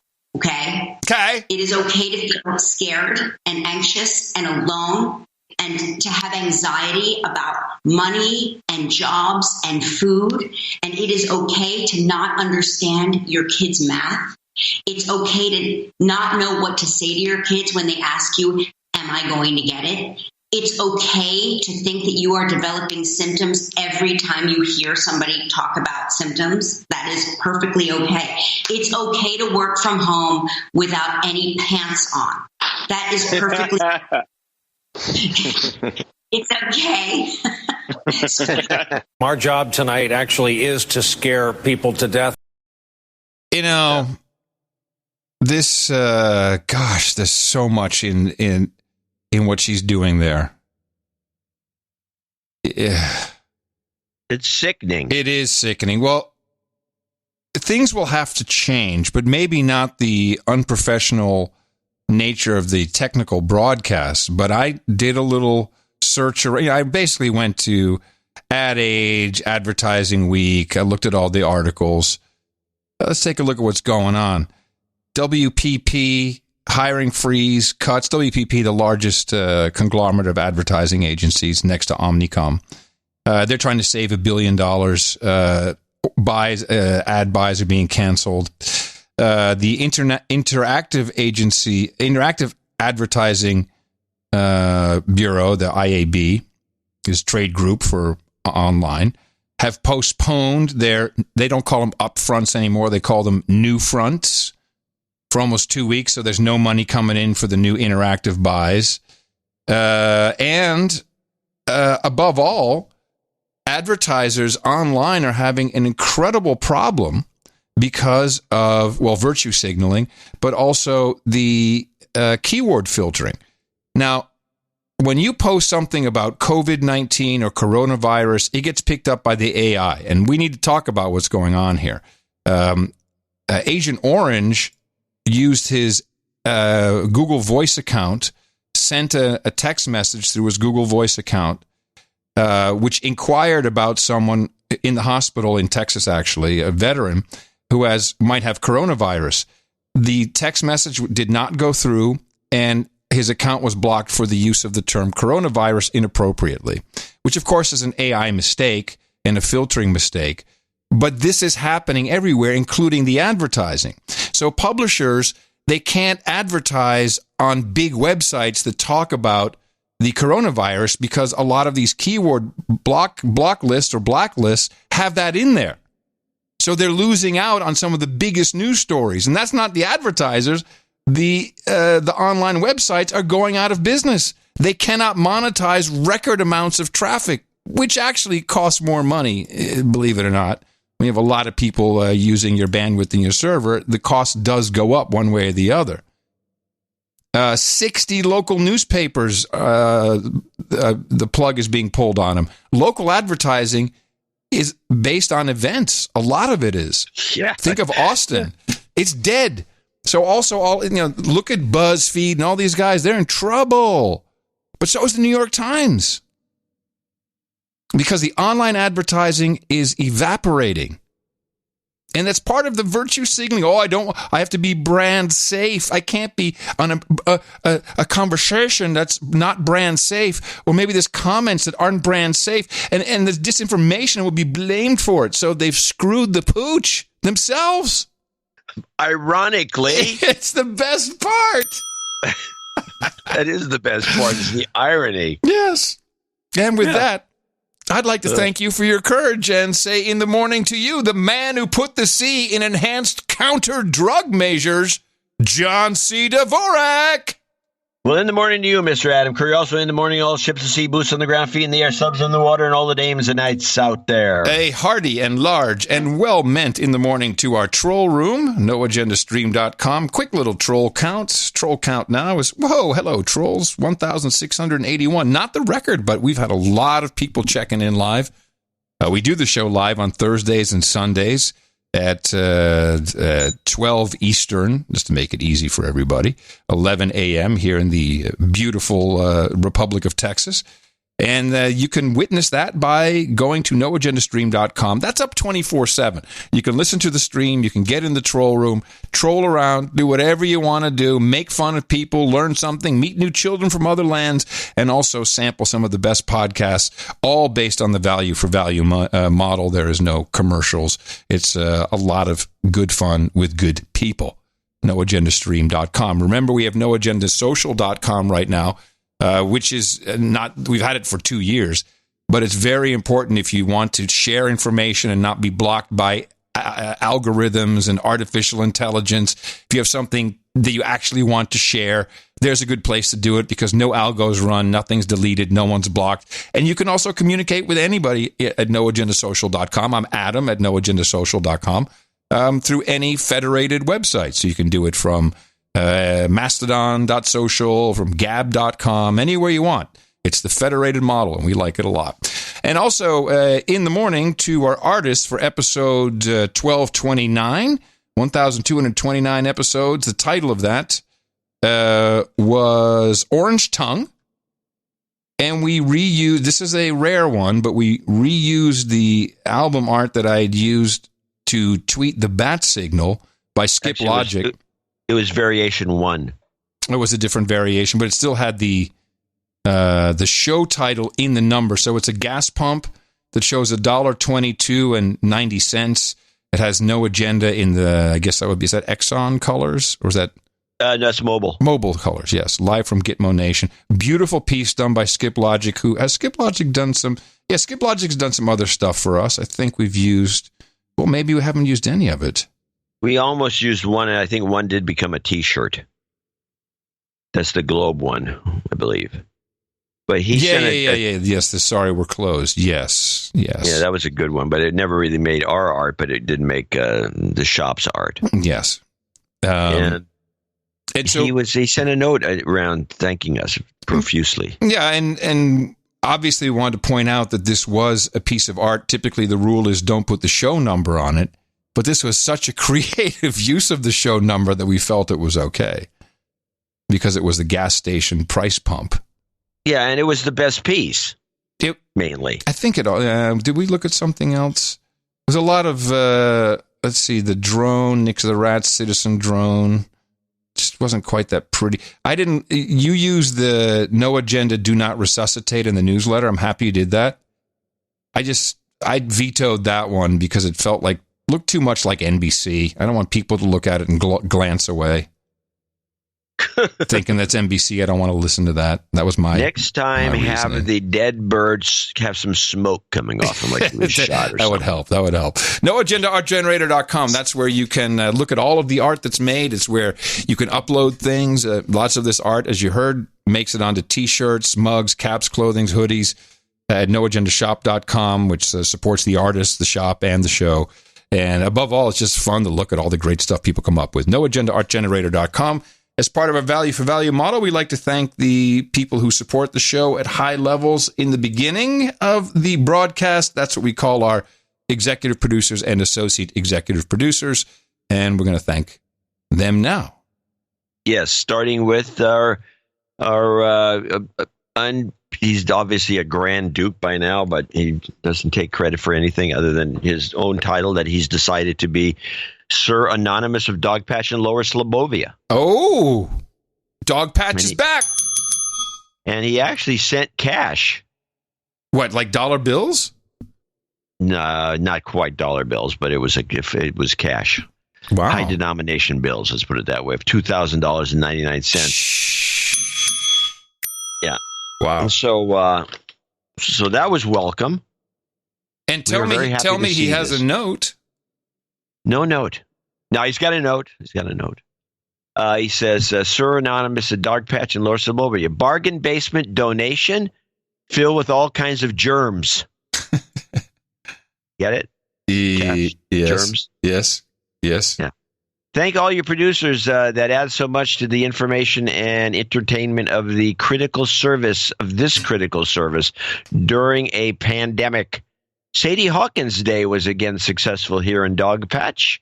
Women in burqas were slower, but they used a pre-event dinner with much alcohol and food to successfully slow many of the men. Did we miss Sadie Hawkins Day? Well, guess we did. Yeah, well, he caught it somewhere in I don't know where, but From a toilet seat. I'm guessing the Middle East somewhere where they drink. Now, the number of countries that drink that are Muslim countries, Indonesia's one of them, Turkey's one of them. The Middle East itself technically doesn't drink, but they kind of drink, but they can't drink if they're wearing their traditional costumes. So they can only drink if they're naked? Well, if you want the story, I'm in with a Saudi prince. Okay, whoa! Set the stage. Okay, so this is 80s, 90s. You're on the Saudi prince's jet. No, I'm not on anybody's jet. Oh. I'm in Dubai, and we're opening a PC Magazine Middle East as a magazine rollout. All right, so you're doing biz in the Middle East. And so there's this one guy, nice guy, Saudi prince, one of the Saudi royal family, not a prince, royal family member. So he's only a millionaire. I don't know. He could be a billionaire for all I know. All I know is he seemed like a nice guy. Yeah.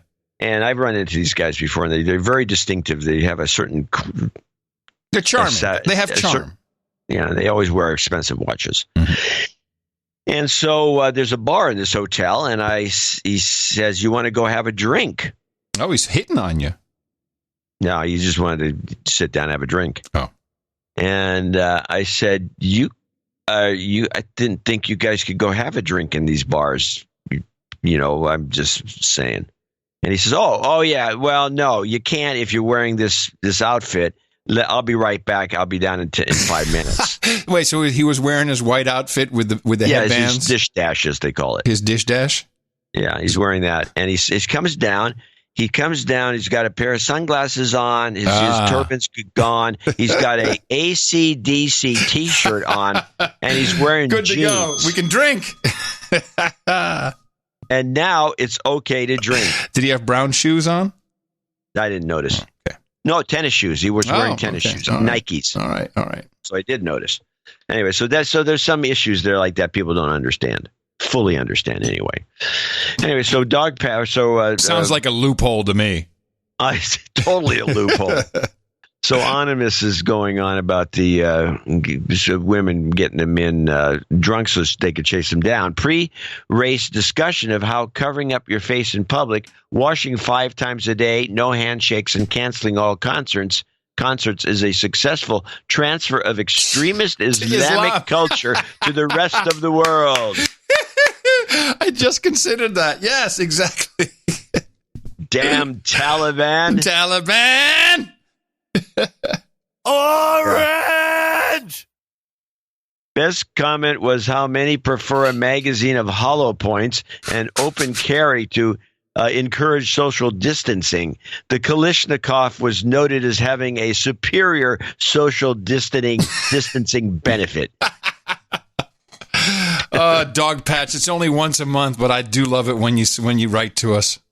Air travel is easier than ever. No lines and almost and almost like it's almost like taking a private jet. Pre-check for encourage everyone. all no agenda listeners to buy from whatever businesses are open, including drive-in or takeout restaurants. Buy partial tanks of gas to refill more frequently. And if you are not risking other family members, volunteer at soup kitchens or look for other opportunities to help those that are less able in person or less able, as in-person volunteerism has really dropped.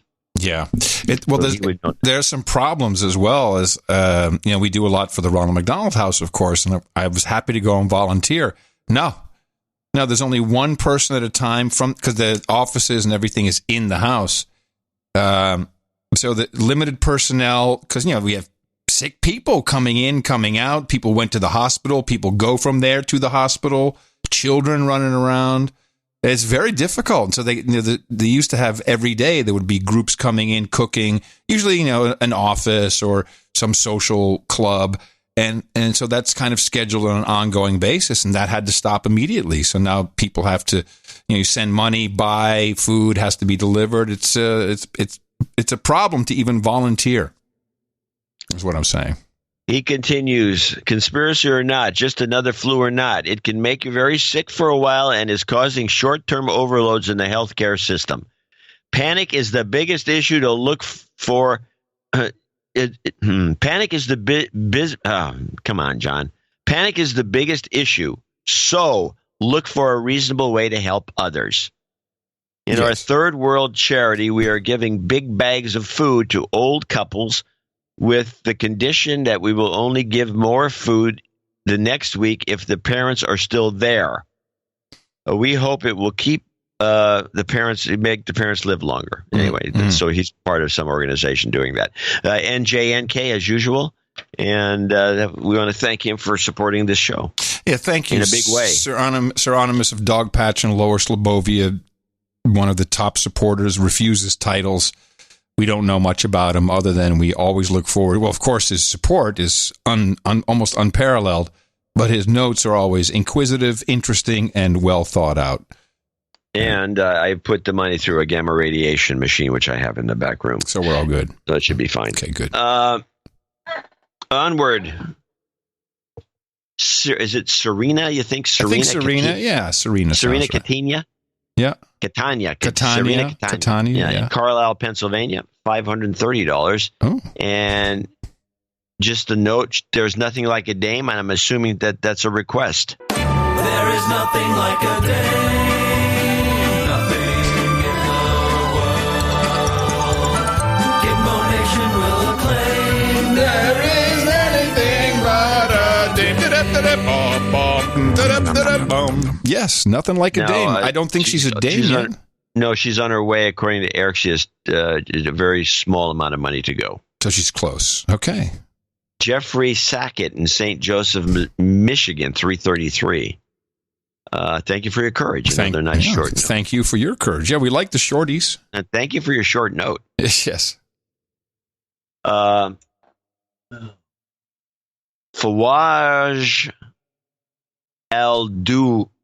Duaj? I would say Duraj. I would say Fawaz. Well, he's in Kuwait. Fawaz al-Duaj. Duai? Something like baby. That. Shit. Should learn. Well, isolation is desolation, he says.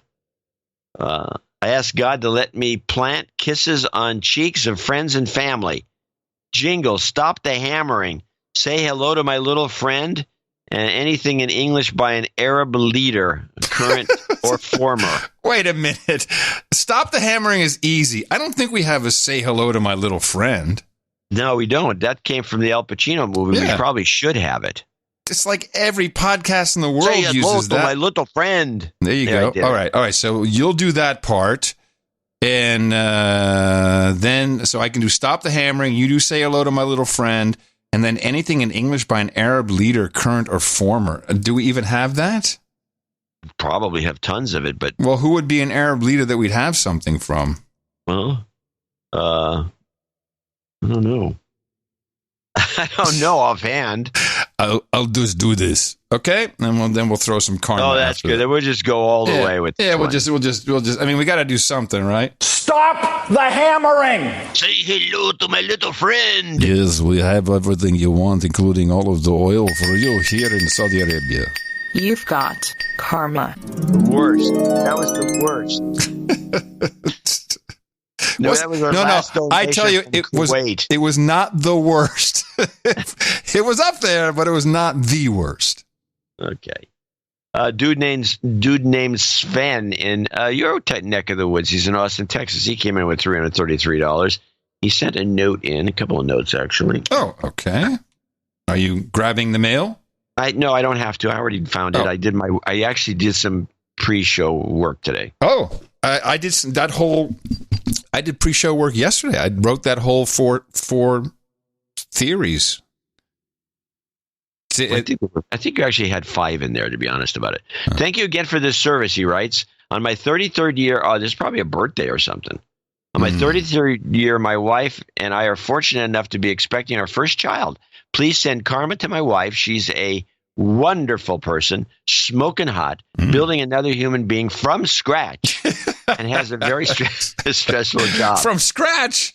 Oh, my God. That's absolutely true. Enhanced human resource creation. From scratch. That's great. Well, it's talent, man. Talent. My hope is that karma aimed at her person both bathes her and transfers directly to the baby as well. Were it not for the pregnancy, I don't think either one of us would be too concerned about the virus, thanks in no small part to your deconstructions. However, it is concerning while we're in this condition. So far, there is mention of limited data from Wuhan where 9 pregnant women who contracted COVID during their 3rd trimester ended. It ended up having healthy babies, and the mothers went on to be fine. The CDC doesn't have any real information on the subject, although they remind you that the influenza can cause a preterm birth, which can have lasting development effects on the child. From friends in the medical field, it sounds like the greatest threat that COVID poses during the pregnancy or birth is by being transferred to a newborn from an infected parent, in which case they speculate it would be required that the parent would have to be quarantined from the newborn for several weeks. Well, it's surely better than the alternative. That might be very difficult to cope with as well. Anyways, going on. Last thing is a reminder to everyone who has to call in to customer service lines. The people fielding these calls from customers do not write the frustrating company policies that they are reading. Okay, it's stressful on them to take verbal abuse. And it's truly abuse. I've seen what it can do to them. Yeah. Well, that's right. Don't start yelling at a customer service person. Oh, people are going nuts. We'll talk about that. I think it's called anticipatory anxiety. It's very destructive. Yeah. You're just waiting for something to happen. You're waiting. You don't even know what it is. What are we waiting for? Some signal that all's clear, all's good, or we're all going to die. It's very people are flipping out. Flipping out. Yes. Yeah, they're flipping out. But dude named Sven, congratulations. And he doesn't have any other requests for jingles or anything such as that. He does want some perfect human resource karma. With the karma for the baby, for sure. And thank you for contributing to the much-needed babies in the United States so we don't become Japan. Thank you. You've got karma. Yes, thanks for contributing to the babies. Sir J.D., Baron of Silicon Valley, or in his case, Sicon Val, 321-18. He's in San Jose. Gents, a communication from the Baron. Yep. Physically distancing himself from JCD and the other no-agenda folks in our 9 Bay Area counties, sheltering in place during the extended corona quarantine government order. More on that later. But for today, I need a happy birthday call out, and I think it's on the list, and some goat scream, you might die, that's true. Karma for our human resource, Dame Fee Non-Emus, he's got a pronunciation there, whose birthday countdown is encoded in this donation. Oh. She must pass the important milestone quarantine and shelter in place with her parental units instead of our celebrating with her friends. Bummer. Another victim of the COVID-19 generation. But let's end on a happy note. There will be cake. Thank you for your courage. And I'm assuming he's making a cake for us when everyone gets together. Yeah. Keep up the great work working from home, Sir JD. Okay. I think, shouldn't we call these children Generation C? I don't know. For coronavirus? This is a very young child, no? It's March 21st, 2018. Just 2. Yeah, 2. 2. So that's Generation C, born under the coronavirus. Born under a bad sign. You might die. Hold on, let me do the sequence. Let me get it for me. Here we go. You might die. That's true. You've got karma. There you go. Why don't you read this one while I get a lozenge? Albert Aversa from Charles City, Virginia, $223.05. And there's a reason for that, because it comes a night today. Oh. And says as follows: I'm happy as always to make this donation, not only to support you guys and all the producers, but because I'm reasonably sure I will never pay this bill. Rusty Shackelford, however, is a moderately wealthy man and should be fine. I am way overdue for my knighting, so please dub me Sir 305. And could I also have eggs and eggs at the round table? So it's a double helping of eggs. Quick shout out to Sir Mike, my dad, and Howard F., who I recently hit in the mouth and is loving the show.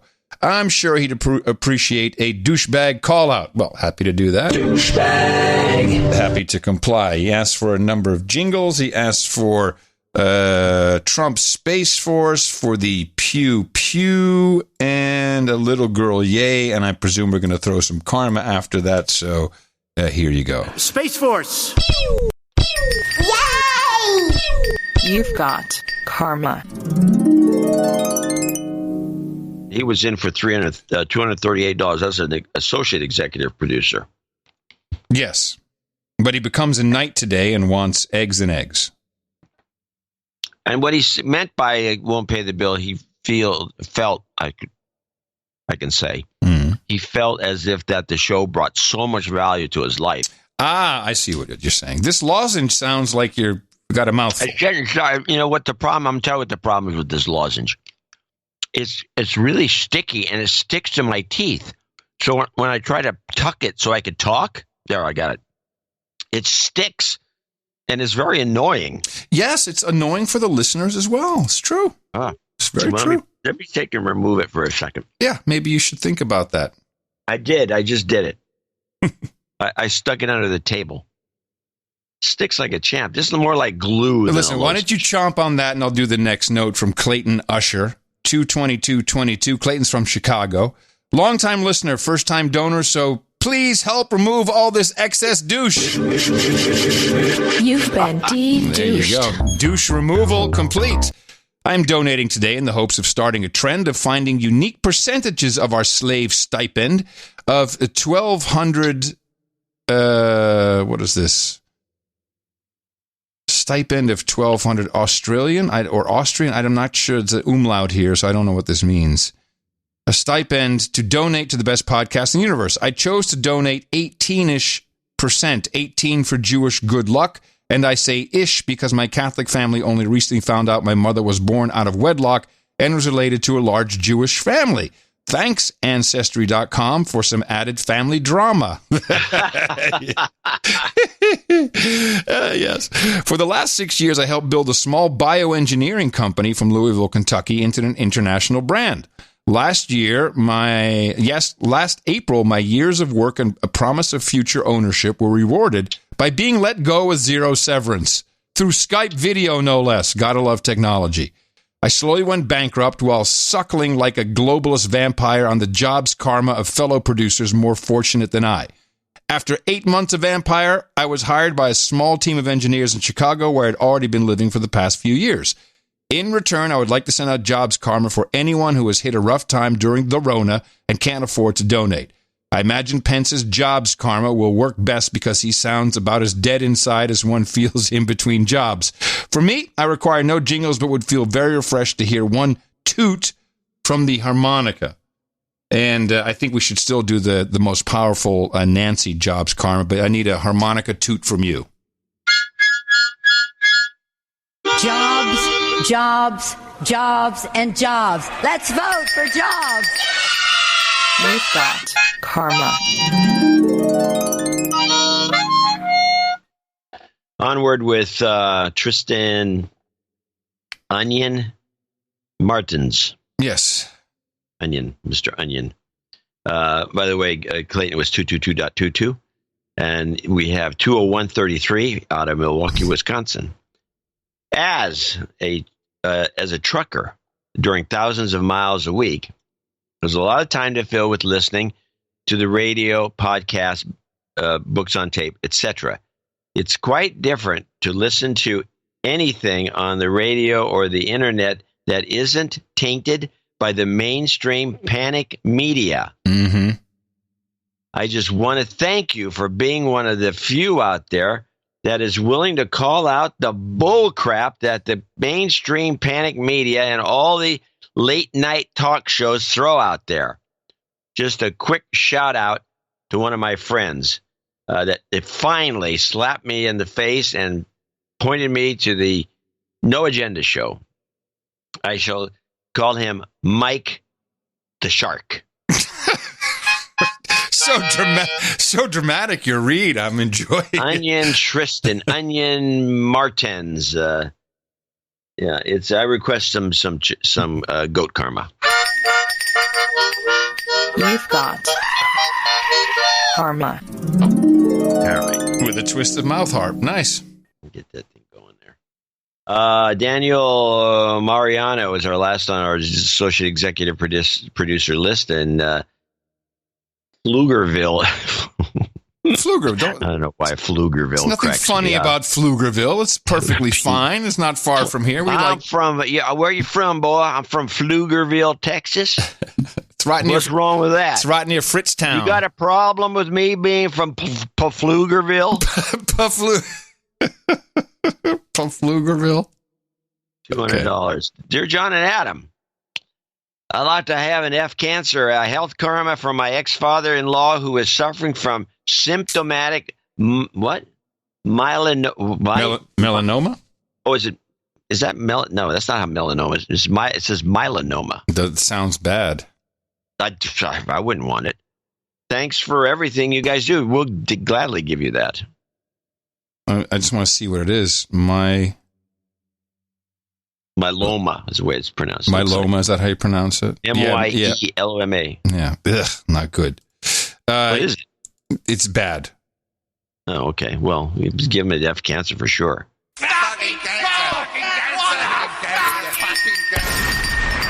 Feel bad about karma. Making fun of his town's name now. Pflugerville is off limits for you. You're banned. I'll never be allowed into. You're banned forever from Pflugerville. Oh, well. And Fredericksburg, too, while we're at it. What's wrong with Fredericksburg? Fritzburg don't want you no mo. Yeah. You know, those Texans are that way. Yeah. True. We're armed. And that concludes our list of executive right. producers, associate executive producers for show 1230. Yes. As we continue our quest for the truth. Yes. And man, get condemned for it. I had to block some guy on Twitter. Oh yeah, we're getting condemned for all types of things. Doesn't matter. Yeah, we're condemned for discussing out of bounds topics. Yeah, it's interesting how I don't know if these people actually listen, but the way the show is being perceived by some is, well, they're all over the map. First they say it's this, then it's that, then it's no big deal, then it's a hoax, which I don't think we've ever said ever. There's a difference between One time you said, do you think it's a hoax? Yeah. Right. And I said no. Right. That's as close as we've come. But when you go through we deconstruct, we break down the information at hand, we bring in information from our producers, and maybe we come to some conclusion. I think today we're still looking at a whole bunch of different ways that this could have been created, where it's coming from, and more importantly, how do we get out of it is of, I think, interest to everybody. But yeah, this is part of the, it's like not being critical enough of Trump, and people start to freak out. And we've got to talk about some of this media action as well. But first, again, thanks to all of the executive producers and associate executive producers. It's very heartwarming to see this showing on a day like this, particularly with things the way they are. So thank you very much. And we look forward to thanking more producers who supported the show in our second donation segment. And a reminder that we'll be here come hell or high water or whatever Rona throws at us on Sunday. And we'll do it all over again with more deconstruction. You can support us by going to Dvorak.org/NA. And remember, don't try these theories at home, people. Our formula is this. You got killed. We go out, we hit people in the mouth.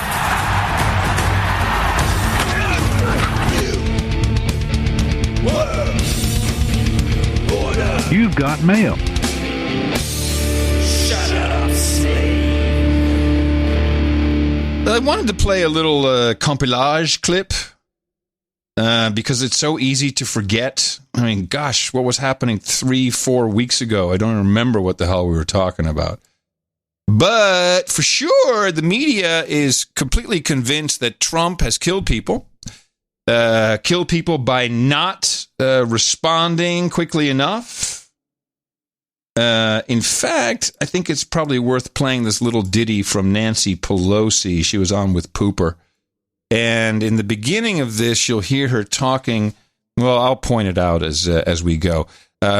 Well, here's Pooper and Pelosi. Pooper and Pelosi. Now, NBC must-see Friday TV. That the president's denials of the seriousness of the virus in the beginning was deadly, that it cost lives. The president and the Senate Majority Leader are now suggesting that impeachment distracted the president from responding to the virus. Do you buy that at all?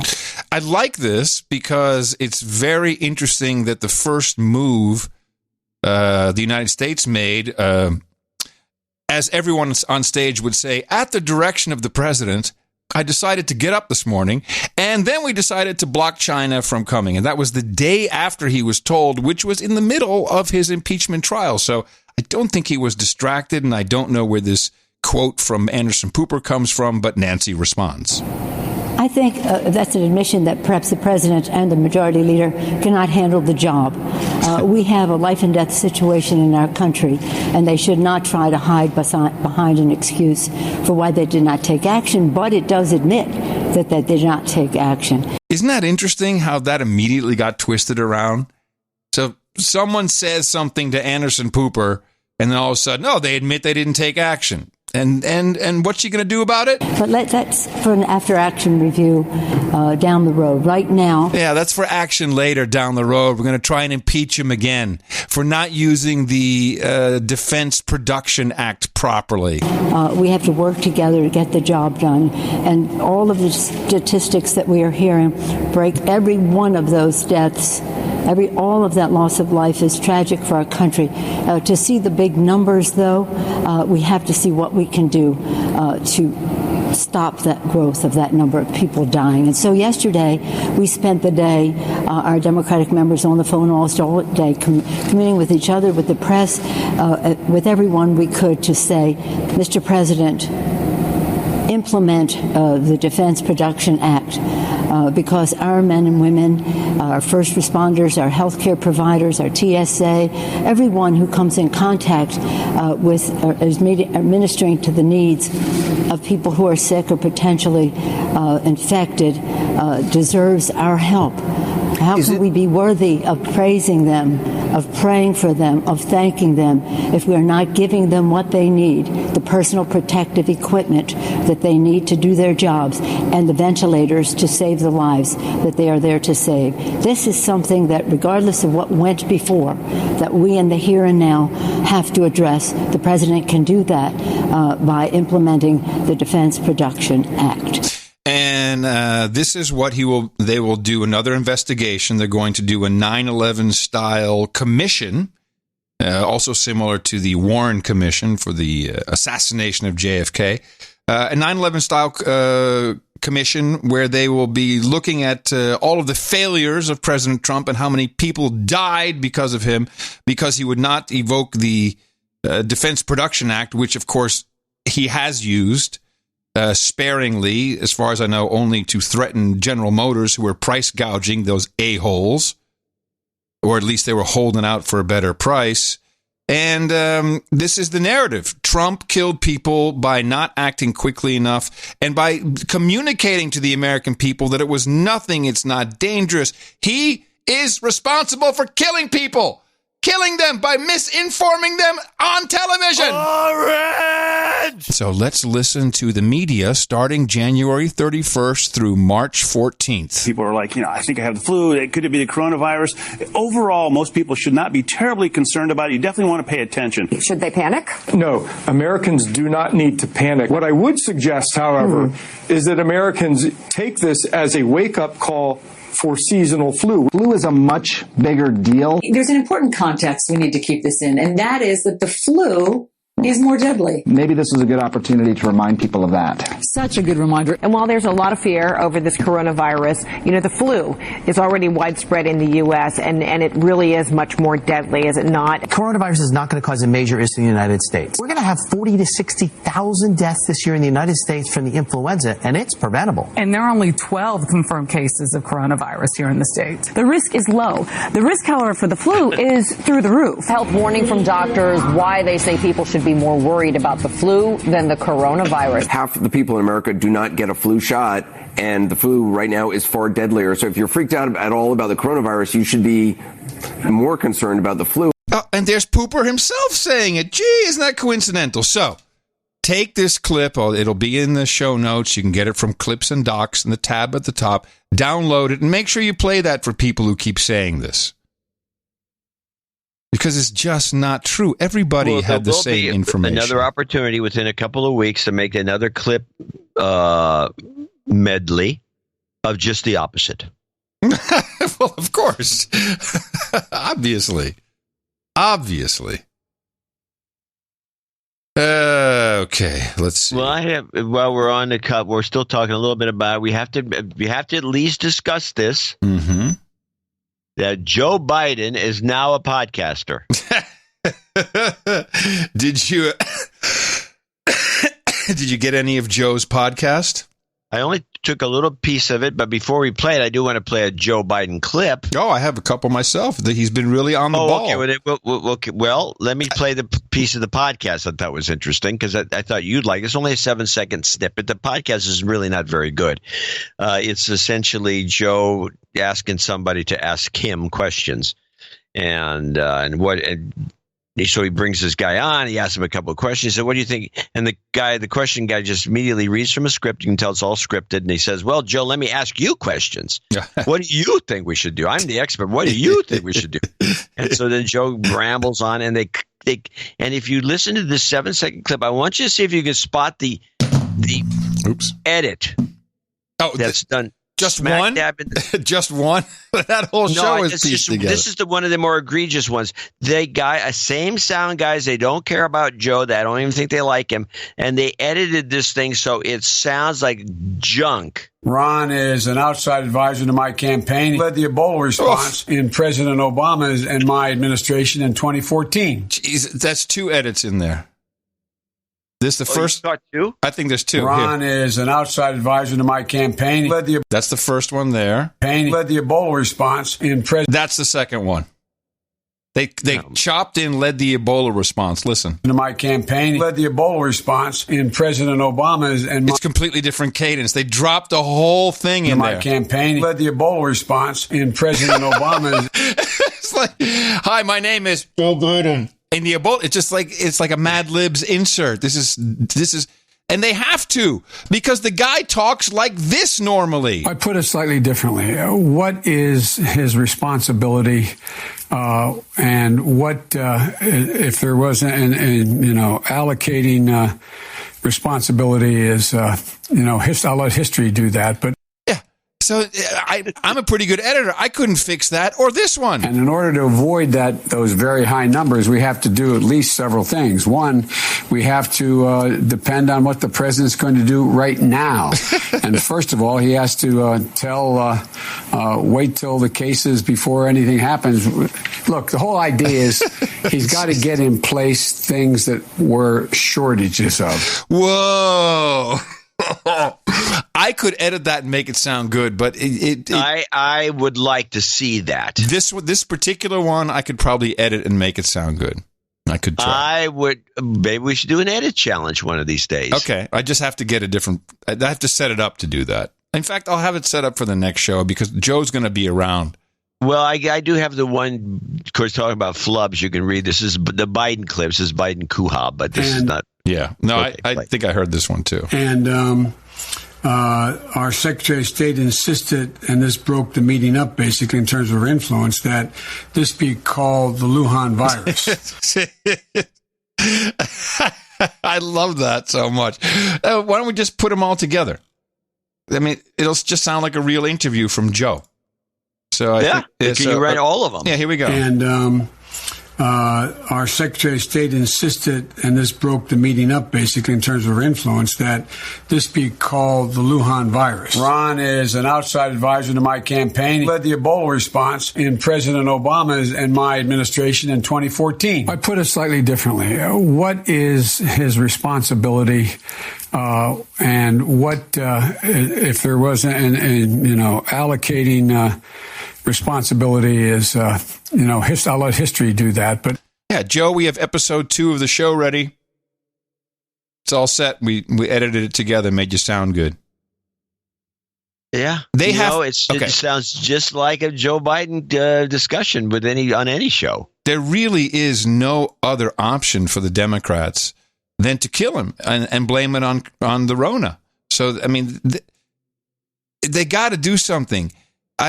He has denigrated to a degree where he cannot get a single talking point out. And he keeps looking down, and that's when he gets confused. He says, oh, yeah, that's what, and then he just throws in some non sequiturs. He's done. He's toast. He's done for. You say that, but if you follow the guys who are, pushing him, they're all behind it. They have not seen this. They don't see it. Well, Joe's got some issues, but luckily now, since there's the coronavirus thing, we don't have to worry about a presidential debate, and he's not going to have to be. There's no showdown in Milwaukee. Yeah. We can waltz it right in, keep him off the air as much as we can. We can do it. This podcast is dynamite. The podcast is dynamite. We can edit it, make him sound smart. It sounds horrible. The mix is off. They got music under it way too long at the beginning. It's really a piece of crap. And with all the podcasters who are clearly Democrats, who are good editors, good engineers, good storytellers, NPR people, surely you could have drafted someone to do a better job than this. Let's put it this way. What if the guy doing the job is the absolute best guy in the country? I can't wait for the presidency. I can't wait for Joe's administration to rock my world, because he picks great winners. I do have an ISO candidate. I thought I had 2, but I only have one. This comes from an earlier clip, and the ISO is called Mistake. Okay. That is a mistake. That's not bad. Kind of like it. I don't think That is a mistake. I mean, this one's too. This one would fit. Thank you. Your actions are saving lives. It's only 2 seconds. It would fit. Yeah, you can't hear it. I can't understand a word there. Oh, you know exactly what it says. No. Yeah, this thank you. Your actions have been saving lives. We played it earlier and you understood it perfectly. Okay. Well, I know, but when you throw it just bang at me like that, it's very difficult. Thank you. Your actions are saving lives. Man, it's still muddy. Okay. That is a mistake. We can do that one probably. Well, I thought I had a second one on here that was even better, but it's not really. Looking up and down the list, I got nothing. It's not really all that great. Let me see if I have... No, it's not that great. The other one was better. It was the topper. Yeah. What's this? That's frightening to me. Oh, that's it. Yeah, that was it. That's one of yours? Yeah. Oh, I like that one better. Yeah, that was the other one. Where is it? I don't see it on the list. I don't know. I just... it's Frightening ISO. Hello? Frightening ISO. It's right there. It's on your list. It's not on my list. It's between example of editing Biden and horizontal rainbow. What is that, by the way? Oh, well, play Horizontal Rainbow. It's just a very interesting. Let me preface it. I decided I'm sick of just covering Corona for 3 hours, and I wanted to get some offbeat clips into the mix. In other words, things that were kind of interesting, and we haven't heard about it, and make people feel better. And the Horizontal Rainbow is an example. Seeing a rainbow is typically a pleasant surprise, but a photographer said she was absolutely stunned when she spotted a seemingly horizontal one stretching across Washington's Lake Sammamish, reports IFL Science. Thankfully, she took a picture of it and posted it to Facebook so we can all be amazed.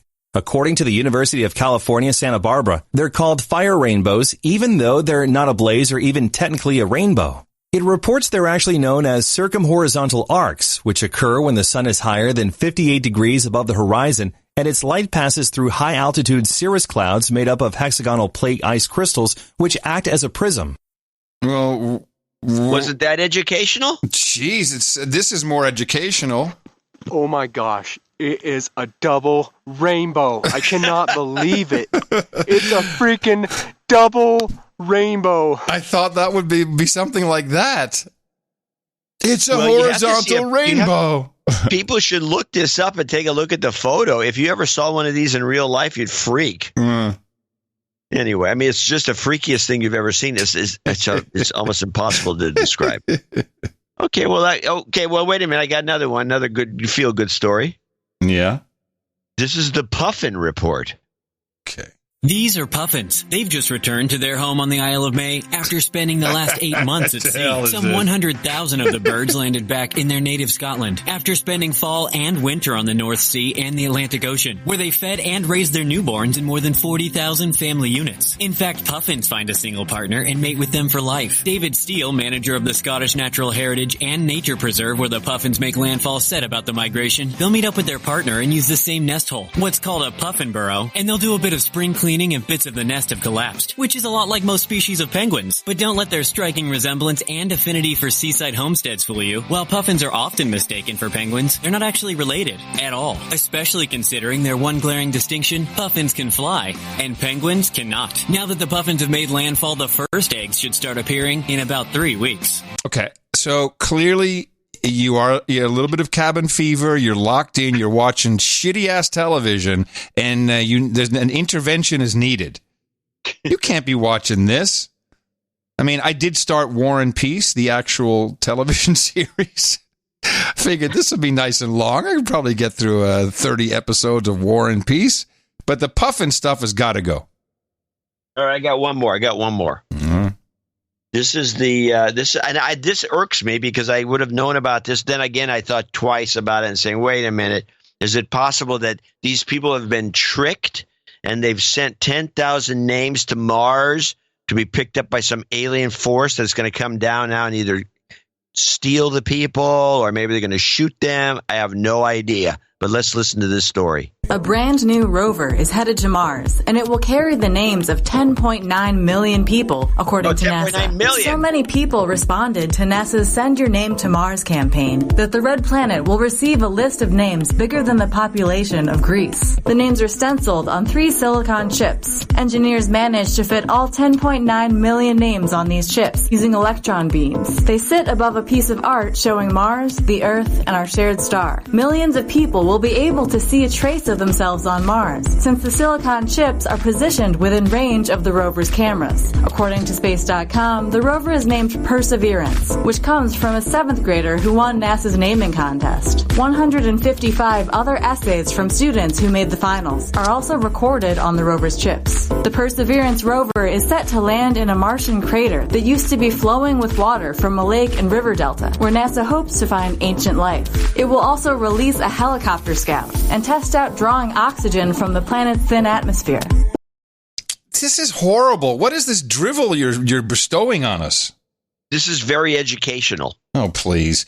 It's about we're on the moon with the two of these two. Your name, my name.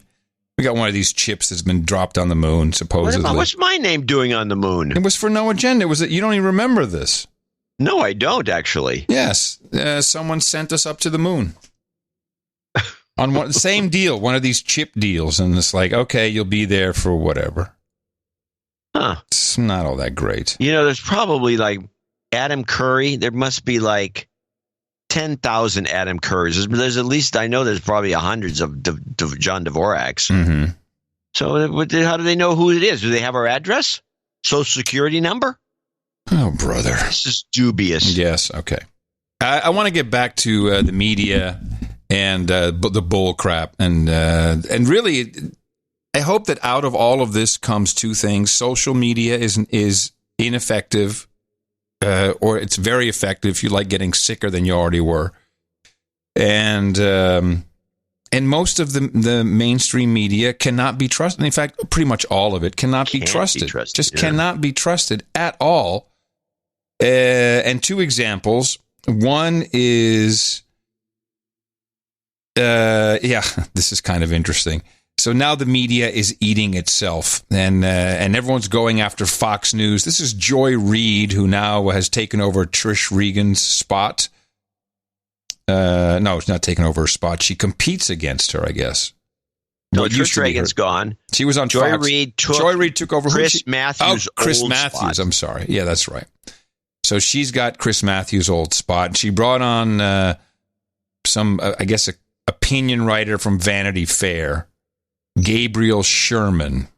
Here's what they were talking about. Yeah, I mean, and to stay with you for a moment, Gabe, I mean, the irony, Fox News is in New York. It's literally across the street from MSNBC. It's in Rockefeller Plaza. It's not in, they are in the middle of it with all of the other New Yorkers. We saw Trish Regan, who had a show on Fox Business, come out and essentially just label it all a fraud. She's now no longer there. I don't know what happened with her show, but I guess it's not airing anymore. You've had Fox anchors who are going to, are as likely as anyone who's on this panel to know someone who gets sick with COVID-19. I just want to get back to the Fox of it all real quick. When I've been talking to Fox insiders over the last few days, there's a real concern inside the network that their early downplaying of the coronavirus actually exposes Fox News to potential legal action by viewers who maybe were misled and actually have died from this. I've heard that Trish Regan's being taken off the air is, reflective of this concern that Fox News is in big trouble by downplaying this virus. And the New York Times reported days ago that the Murdoch family was privately taking the coronavirus seriously. The Murdochs, of course, own Fox News, so they were taking personal steps to protect themselves, while anchors like Trish Regan and Sean Hannity were telling viewers that it's a hoax and putting themselves potentially in mortal danger. So I think this is a case where Fox's coverage, if it actually winds up being proved that people died because of it, this is a new terrain in terms of Fox being possibly held liable for their actions. Oh, brother. They were just as guilty. We just played a whole compilage of exactly the same thing. But beside the point, Trish Regan and Hannity never said it was a hoax. They said that the mainstream media coverage is a hoax. Yes, which is always the case. That's nothing new to us. Everything they do is a hoax. Now, the president took, during one of his briefings and question and answer sessions earlier this week, took time, and I'd like to play it just because he does what we normally do is show media deconstruction, and he took the time to explain to the CNN journalist why what he was doing is what the president classifies as fake news. The president is still, even though he repeats it several times, I think that he still needs to complete sentences to help people understand what he's saying. And the way he does that is just by repeating the same, the stop train from Amsterdam to Rotterdam without really filling in all the blanks. But what he's trying to say is, you used a quote of mine, and I'd like to talk about headlines with you in a second. You used a quote of mine in a headline, but only use the first part. And just to give you a head start, because the president is hard to understand sometimes, most of the time, he says, I want the governors to be proud of me because then you are showing your appreciation for all the people here working on this, FEMA, CDC, FDA, the commercial sector, etc.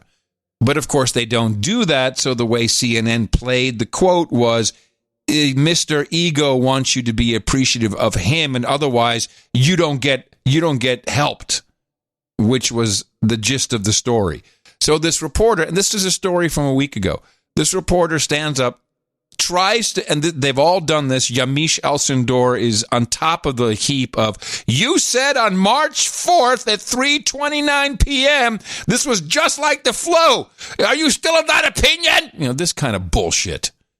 So here, Trump is, for I think the first and last time, and certainly I'll ever play it, is him explaining to the fake news man how the fake news works. I'd also like to ask you about some comments you made on Friday. You were talking about governors of different states, and you said, I want them to be appreciative. You also said, if they don't treat you right, I don't call. These are direct quotes, sir. Excuse me. Ready? Take a look at what it said. I want them to be appreciative of me, okay? And then you cut it off because it's fake news. You and of your administration, Listen, absolutely. Please, let me just finish it. You just said it again, and you know the answer's a lie. You know I could read you your full comments, sir, let me just say, look, easier. Your statement and your response and your answer is a lie. Because here's the story. You ready? I said, I want you to be appreciative of me, and then you go on, and then I go on, and you cut it off. But it says, you said, because I when want you're them not, to be appreciative. I don't want them to say things that aren't true. I want them to be appreciative. We've done a great job. And I'm not talking about me. I'm talking about Mike Pence, the task force. I'm talking about FEMA, the Army Corps of Engineers. Thank you. But then you went on to say, if they don't treat you right, I don't call. He's a different type of person. I don't call. Referring to I don't call. So you get what they did is they took out the middle bit and they just said, if you're not appreciative of me, I don't call. And now the guy is aware he has the full quote. That's not what they published. And yet he still doesn't seem to understand what was wrong with what they were doing. No, I don't call the governor of Washington. Why in this time? But Mike Pence calls, and the head of FEMA calls. I don't stop them. Did I ever ask you to do anything negative, Mike, to Washington, the state of Washington? Michigan, I love that state. That's one of my favorite places in the whole world, Michigan. And I'm so proud of what's happened with the auto industry. It's coming back to Michigan. No, I don't have to call. Because I'm probably better off not, because he's a failed presidential candidate. He's a nasty person. I don't like the governor of Washington. So you know who calls? I get Mike Pence to call. I get the head of FEMA to call. I get the admiral to call.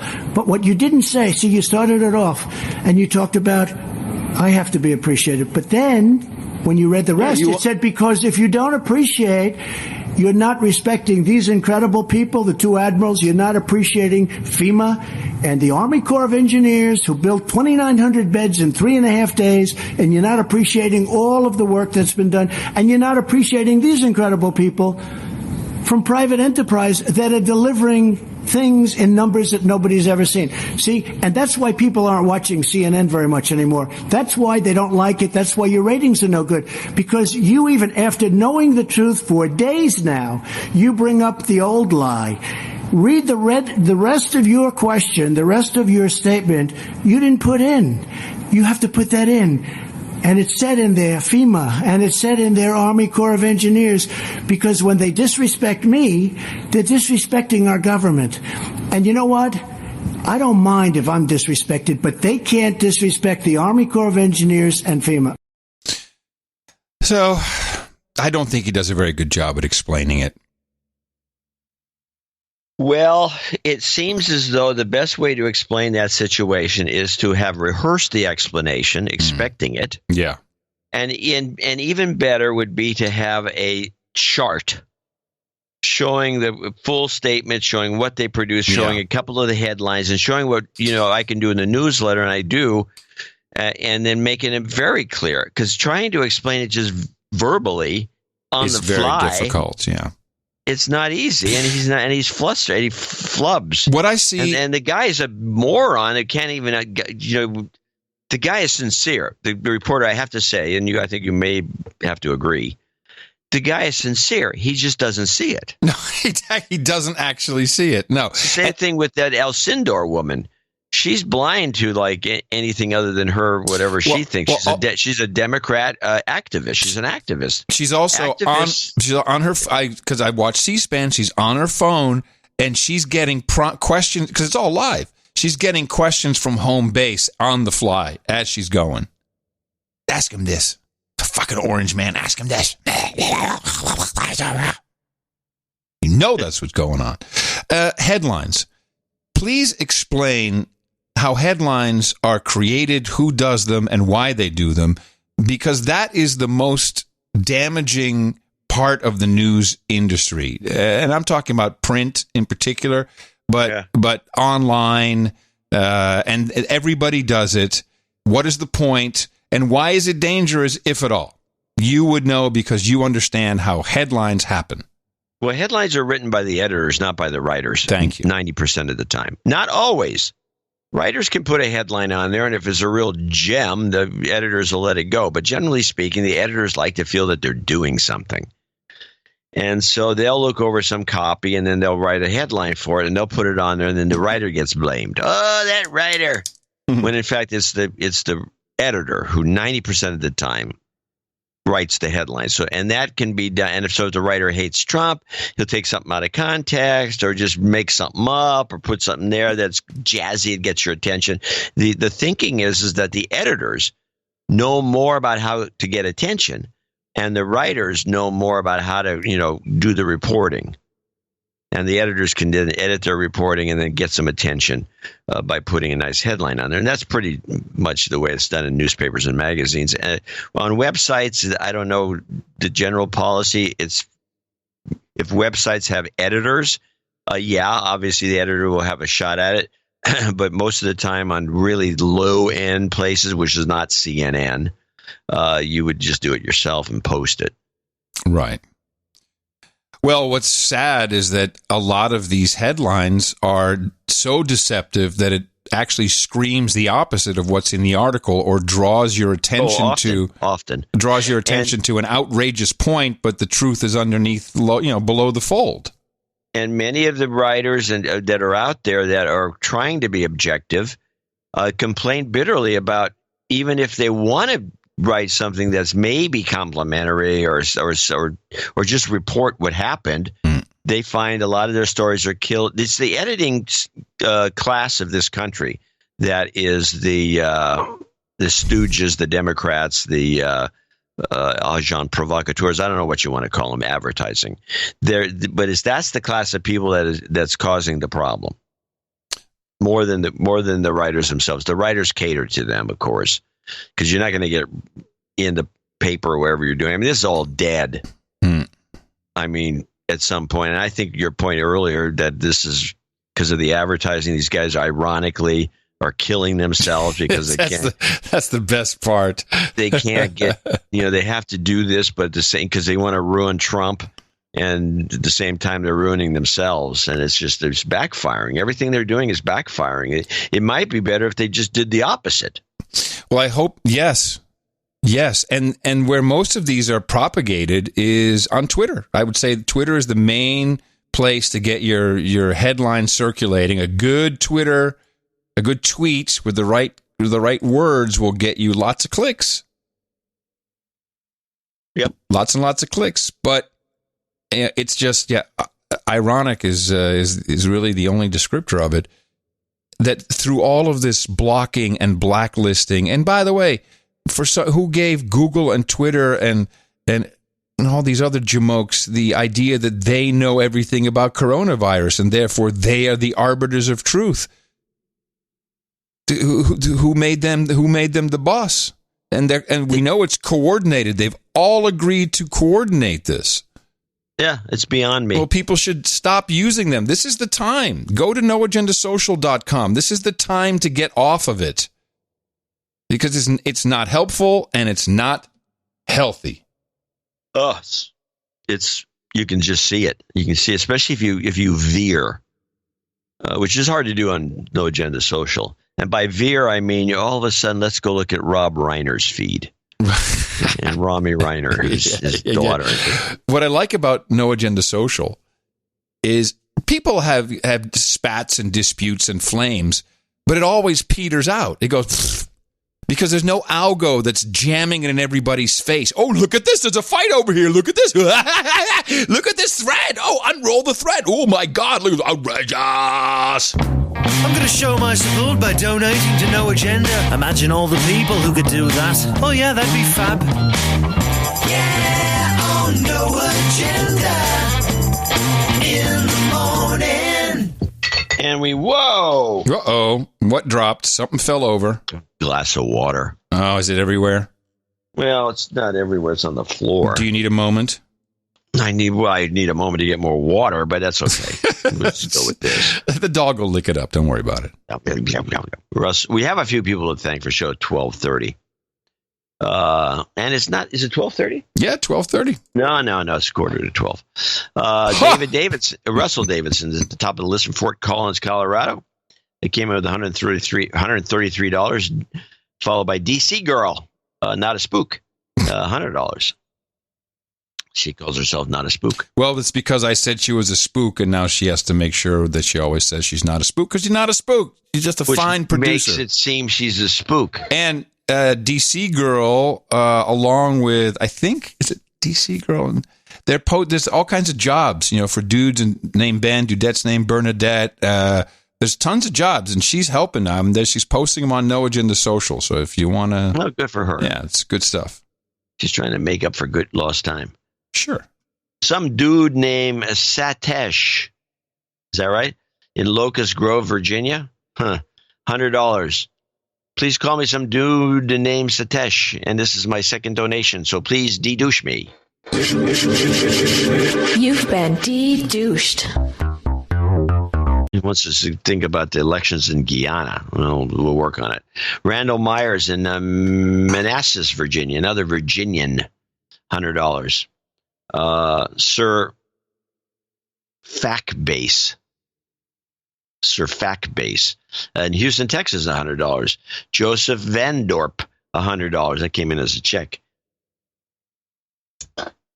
Renee Labay, yes, in Santa Monica, came in with she's one of our old supporters one of our long supporters. Sir Linesman of the Net, Raleigh Hawk in Anna, Illinois, 8118. T. Wood, 7777. By the way, he says this is the Governor Cuomo donation. It's a Pierce nipple donation. 8118. I think is well thought through. It does look like nipple bars, doesn't it? Very good. Thank you, Sir Lineman of the Net. Funny. Yeah, well, we got every sort of free thinker that listens to this show. T. Wood in Granitesville, South Carolina, 7777. I got to stop here for a second. Help, it says. I see help, so I got to stop. I asked for jobs karma twice before, not mentioned first time, no karma played second, lost the job I'd interviewed for, but another job pending. Help. So I'm not sure if it was under donation level or we screwed up. I'm not taking any risks. Jobs, and jobs. Let's vote for jobs. And we'll throw in a goat. You've got karma. All right. If we messed it up, I want to make sure that that's right. Yeah, well, that should have fixed it. I think so. We do fix things. People should note that. Yeah. So we may mess up a couple of times. Sir Got Nate in Sebastopol, California, 6969. Ellen, is it Ellen? You think it's Ellen? Aline, Andrew, I believe, yes. $64. I'm having trouble reading today. Sergeant Portal. Do you want me to do it? No, I'm going to struggle. Sergeant Postal. Okay, 60-33. Yeah, I got the sun in my eyes. Yeah, let me do it. Come on, let me do it once. For once. If you got the sun in your eyes, read along. See if I need to stop. Sergeant Postal, Miami Lakes, $60.33. Chad Long from Mill Hall, Pennsylvania, $60.06. Small boob. It is a small boob, and my cousin and co-worker hit me in the mouth 2 years ago. This is my first donation. Please de-douche me. You've been de-douched. Thank you, Chad. Gabriel Shabazian, San Francisco, California, $60. Thank you. Dame Jamie. Yes, Dame Jamie, we got your name right this time. And Dame Jamie has a lot of things here. Let me see. Sending an F-COVID. I don't think I got that, but anyway. My brother-in-law, Fire Department of New York EMS Joe Mazzella, has COVID-19. After 10 days of being miserable, he was transported to Danbury Hospital and admitted for treatment of pneumonia. That's what it does. His poor wife is isolated at home, and their 3-year-old and 2-month-old by herself after taking care of them since last Monday. I I did not get an F-COVID jingle, but I'll look for it and we'll definitely play it on Sunday. But yeah, so this is what you get. The EMS guys and gals, they're on the front lines and they can easily contract anything. And it sounds like he got the L strain, especially being in New York. So we thank him for his courage. And thank you, Dame Jamie. Sir Robert Bruckner, 55-55. Dame Jamie was 58-20. What did I say? You didn't say anything. Oh, okay, 58-20. Sir Robert Bruckner, 55-55. Gilbert, Arizona. Christopher Rutger, 50 double nickels on dime, 55-10. Thanks for the sanity. Hoping for a long donation segment tomorrow, and that's not as long as anyone would like. Sir Laugh a Lot from Meterre, Louisiana. Metairie.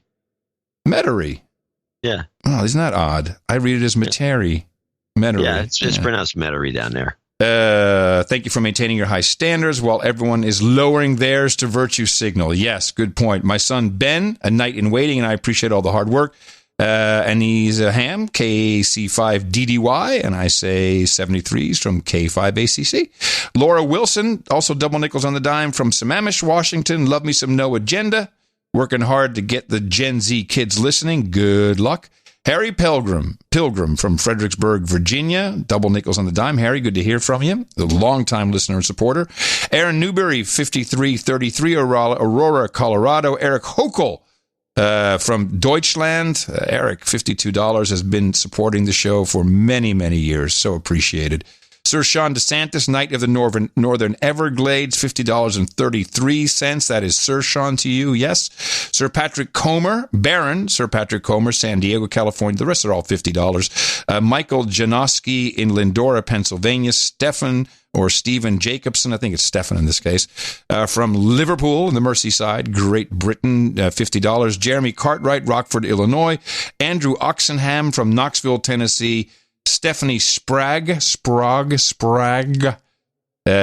parts unknown. And she is on the road to damehood. She said, she's stranded in Chicago. Well, I hope you get out of there. Gummy Nerds, Viscount of the Troll Room from Green Bay, Wisconsin. Christopher Flynn from Oakdale, Connecticut, and winding up with Bradley Ledden with $50. Sir Brett Farrell from Oklahoma City. Sir Brian Watson from Raleigh, North Carolina.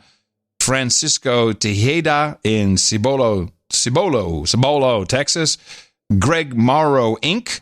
in Mount Pleasant, South Carolina. And Ichi Kitagawa in San Francisco, California. Everyone else is under $50. See some $49.99s there who wish to remain anonymous. And that's when the 33s and the 11s and the 20s kick in for our subscriptions. Thank you all very much. I want to thank all of these donors for what they have done for the show and supporting it today. This is where you got to wrap up with something, John, since we've switched roles. Yes. Yes, we do want to thank everybody. We have a lot of people that have subscriptions and other contribute all sorts of different ways. I want to add one to this thing, which is should be a $200 donation. I want to put him in as associate executive producer, but I'm not going to account for it because it's sent he sent two of these, so I assume one of them is supposed to go to you, even though they're both packaged differently. It's a very small coin from the Royal Mint. Yes. And it's a very small silver coin. It's not really a big coin, but they seem to be selling them. And this is Jason Zeisler in Renner, South Dakota. He sent two of these coins, and they celebrates the Brexit. The Royal Mint. Oh, really? That's nice. Has put out a coin with Queen Elizabeth. It says it's 50 pence. Is a 50 pence silver coin, even though it's cost $100. So, and so we're adding him as a. I'll make him associate executive producer. Give him credit for $200, and he can add it to his accounting. Okay, but we'll put him in the credits then as well. Yeah, we'll put him in the credits as an associate executive. Let me just write it down then, because otherwise these things we forget. Well, I'd remember as we produced it later. Yeah, but sure. Jason, I would. I do. Sure. I'll remember all that. I never forget. I'm like an elephant. Okay, thank you all, everybody. That was just appreciated. I love that our model is hanging together. We're all helping each other. We're all producing the show, and we're continuing. And we look a hell of a lot better than mainstream all of a sudden. Isn't that amazing how that works? Thank you. And for all who need it, some jobs. Karma. Jobs, and jobs. Let's vote for jobs. You've got karma. And remember, you can support us for Sunday's show by going to Dvorak.org/NA. It's your birthday. Yeah, today is the 2nd of April, 2020. Here's your birthday list. Sir JD says happy birthday to Dame Phenomenus, as she celebrates today. Lou Stemler says happy birthday to his smoking hot sweetheart, Sarah Wilson. She turned 60 today. It is his birthday today as well, apparently. And Sir Chris Wilson says happy birthday to Kylie the Keeper, who'll be celebrating all on her own Saturday, 4th of April, and that is from Sir Felix and Sir Chris Wilson. Happy birthday from everybody here at the best podcast in the universe. Title changes, turn and face the slate. Title changes, don't want to be a douchebag. One upgrade in the title department today. Dame Love and Light moves up to level of Baroness, and she'll become Baroness Love and Light with the Protectorate of Hobson's Bay, and that is Melbourne, Australia. Congratulations. Thank you for your additional support of $1,000 to the best podcast in the universe, and enjoy that, and we'll have that reflected in all peerage maps, itm.am/peerage or dvorak.org/peerage.itm. No, HTM. Something like that. And then we have one knight and one dame to take care of today, which is always exciting. We have the round table ready. Nice. Are you ready? Hold on. I'm ready now. Here's the sword. Yeah, very good. Oh, shoot. I dropped. Here it. Oh, there's mine. Perfect. We can keep this gag going forever. Up here on the podium, please, Al Aversa and Kimberly Redmond. Both of you have supported the No Agenda Show in the amount of $1,000 or more. That means you can take place here at the coveted round table of the No Agenda Knights and Dames. Very happy and proud to pronounce the Sir 305 and Dame Kimberly Redmond. Knight and Dame of the No Agenda Round Table. For you, we have hookers and blow, Rent Boys and Chardonnay, eggs with eggs. We've got Dame Elise's limoncello and salmon, diet soda and video games. We got some redheads and ryes up here, some Rubenesque women and rosé, some sparkling cider and escort, some ginger ale and gerbils, maybe some breast milk and pablum. Oh, no. Let's keep it with mutton and mead. That's right. We've got it all at noagendanation.com/rings for you. Please head over there and make sure you let Eric the Shill know where to send off the ring. And thank you for your courage from everybody here at the No Agenda Show. No Agenda Meetup.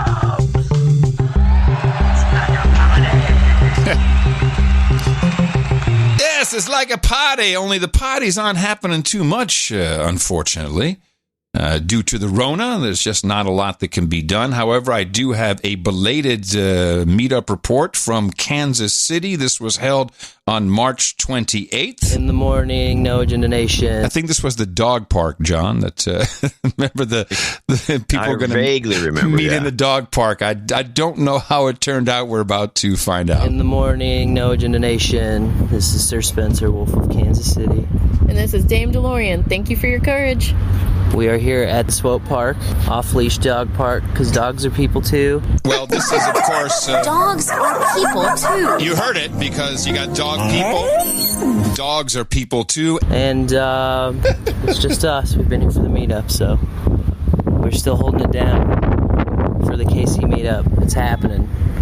Despite what government regulations dictate, we're still here for you if you want to meet up. Keep an eye on noagendameetups.com for future KC meetups. And hopefully see you last Saturday of the month next month. So they went dogging by themselves. No one showed up. I feel bad about that. Good try. And I appreciate the extra editing. That was interesting.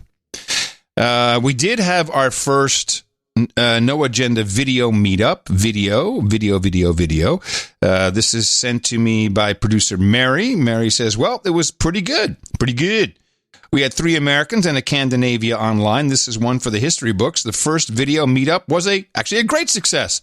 No technology bugs, and we had a stimulating conversation for almost 2 hours. Subject matters were across the board, starting out with who had been listening to No Agenda the longest. The youngest in the group had been listening since episode 13. couple of folks are devotees of John C. Dvorak from the PC Mag days.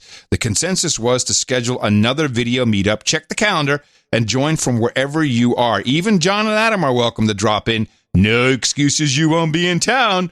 Next time, I'll try and set up a recording at the end to share an audio report. A closing note was, don't forget to tip your podcaster. Mary, thank you very much for the report. And I think these are scheduled on a regular basis at noagendasocial.com.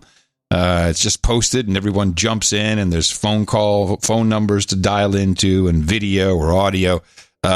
It's very ad hoc. Although some of these, I guess, are being scheduled at noagendameetups.com. So check there to see if it can be a little more organized, and it sounds like it's happening. Then from the back office, just what's happening on the calendar for Friday tomorrow, downtown Dallas. Unknown if this is on or canceled. It was supposed to be a birthday meetup for Sir Paul. So we do wish him a very happy birthday if nothing else comes to it. That's supposed to be organized by Sir Paul, the trusted advisor, and Dame G Money. Hopefully they'll adjust that on noagendameetups.com. The New York City Saturday meetup postponed until in-person meetups can resume. We'd like to schedule a virtual meetup. Defy our overlords! Meet at a public park. Defy our overlords! Meet at our home in Brooklyn. Let us know. Fearlessly, Athena, Alex, and the little one. Winter Park, Florida. Brandon E. Unclear if that's on or not for Saturday, and the worldwide virtual meetup on Saturday. Shaheen is organizing. Why not grab a beer and some mac and cheese? Enjoy this time with citizens from around the world. Thanks to the help of a few dudes named Ben, we'll be meeting on the NA Jitsi server at meetup.jit.c.no/noagenda. Again, best to go to noagendameetups.com to get all the details. And when is that? That'll be Saturday. I might even join in for that one if we can. And then we have Saturday in Brooklyn, backyard, Ralph Avenue in Fulton. I live upstairs, and for the time being, have a whole backyard to myself. So come by at dusk. Bring firewood. Bring your own bee and bring your own jams. Gingy is the producer, the organizer. So please, everybody, post your updates at noagendasocial.com.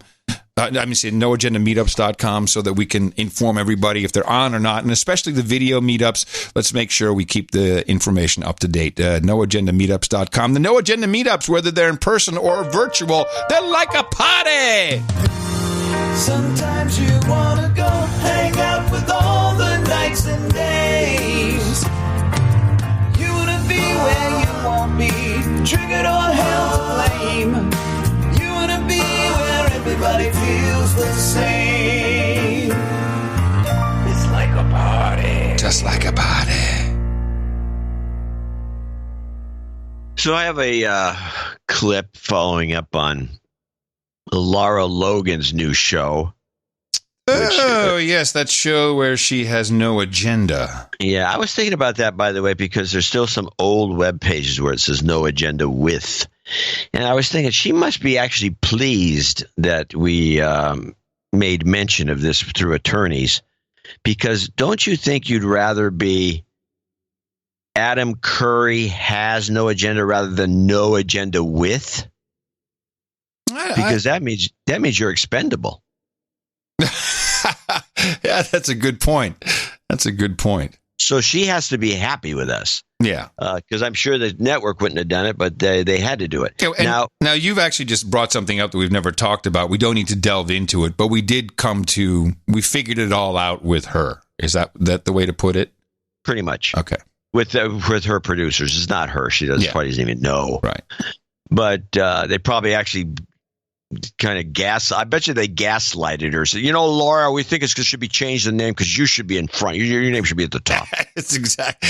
I bet you they did. I give her a little more credit. I think she's very smart and she knows exactly what's going on. And she probably went. She probably knows about no agenda. Maybe because we have highlighted her a few times. Yeah, but I think she does. But meanwhile, I've got the teaser from her first show, which is about Mexican cartels. And it's not so much that I wanted, people don't do these things. They go to Mexico and they get a bullet shot at them and then they leave. But there's a tidbit of information in here that I think the millennials should be paying very careful attention to at the end. Human smuggling and now a global multi-billion-dollar industry that the Mexican cartels have added to their criminal portfolio, along with money laundering, extortion, oil theft from pipelines, and control of the multi-billion-dollar avocado industry. You're supporting drug cartels by eating avocado toast. Who knew? Well, that's the best piece of information from the entire show. If it was a clip that I could, well, you know what? Screw it. What am I saying? It is a good clip. You're good for it. Clip of the day. You're good for it. Dynamite. Saved it to the end, too. Well done. Yeah, well, also have, just to get it out of the way, I got the Rachel Maddow. Now, everybody took and produced this thing a different way. Everybody's got this one, I'm sure. Everybody made a version of this because Rachel Maddow, again, made a fool of herself because within a couple of days of Trump saying he's going to send some hospital ship to New York, it showed up. But no, Rachel wasn't having any of it, and here we go. The president said when he announced that those ships would be put into action against the COVID-19 epidemic, he said one of those ships would be operational in New York Harbor by next week. That's nonsense. It will not be there next week. And the naval hospital ship, the USNS Comfort, you see it right there on your screen, has just docked in New York City. The ship will be used to house non-coronavirus patients, and that in itself will free up the city's hospital care to focus primarily on those with the virus. New York Governor Andrew Cuomo will brief media there at the top of the hour. We're going to bring that to you live as soon as that gets underway. NBC's Rahima. Yeah. Same source, NBC. I mean, I'm now wondering, because there's a bunch of these things coming up with her, if they're setting her up. I don't believe she writes all this stuff for her own show. It's too much work. I watched her. I mean, I pretty much will sample everything every night. So I'm looking at, of course, the Cuomo kid and see if he's still alive. And Maddow is just... Is he sheltering in place? Is he still on the on the air? Yeah, he's sick, but Chris? He said that he had 103 fever the night before, but he's still hanging in there, and he and Don Lemon are crying together. Yeah. If I had the Rona, I'd continue for as long as I could, too. I wouldn't stop. He said I wouldn't make a big deal about it. I'd just do it and shut up about it, move on. Yeah. But no. Yeah, that's what you do. Good no. Well, they needed to make the big announcement to take the spotlight off the nipple piercings. So now, has this? I have to say, I haven't had time to delve into Nipplegate, but is this true? Does he have pierced nipples? Is this a thing? Nobody has. There's no denial. Where's the denial? Huh.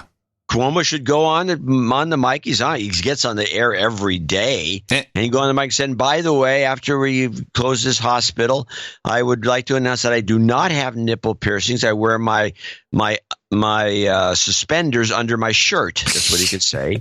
Okay, so what somebody suggested, by the way. This is a big plus for a presidential run, though, because I looked at the comments. And everyone's like, right, cool, kinky, yeah, right, nice. Yeah, I think I made it clear in the newsletter that, that's exactly what people would be saying in Manhattan, Brooklyn, Los Angeles, and San Francisco. Not so much in Omaha. Hold on. Ladies and gentlemen, hold on. We have emergency news.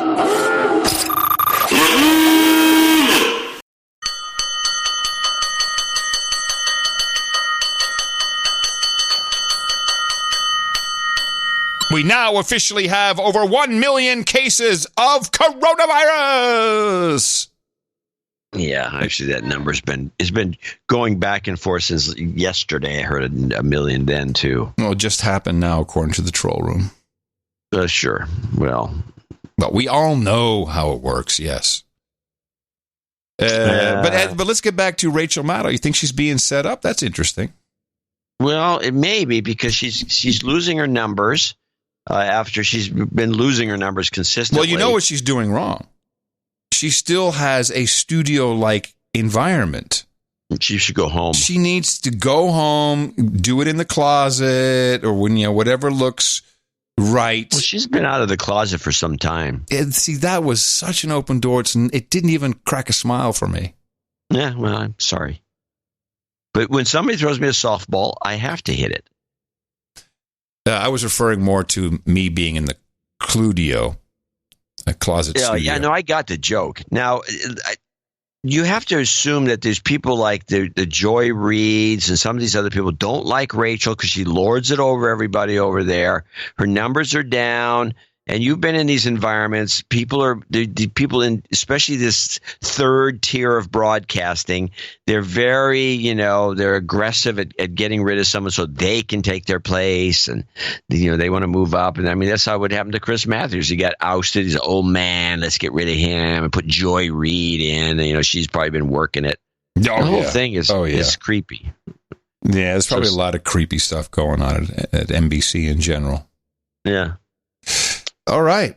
Well, we have to alert the affiliates who are probably pissed off because we're running way past our I have one more report slot. if you want to play. Get a little actual news in. I do. Can I guess which one it is? Yeah, try. UBI on PBS cutoff. I can play that, but that's not what I was going to play. What were you going to play? I wanted to contrast the PBS report on the Houthis and what's going on in Saudi Arabia with an actual report from Al Jazeera. Okay, that's good. Some news deconstruction to play us out. So let's start with the piss poor report, an 18-second report. This is all the effort that PBS has. And the Saudi-led coalition fighting in Yemen says Houthi rebels have attacked Is this the piss poor report? No, I'm sorry. Sorry.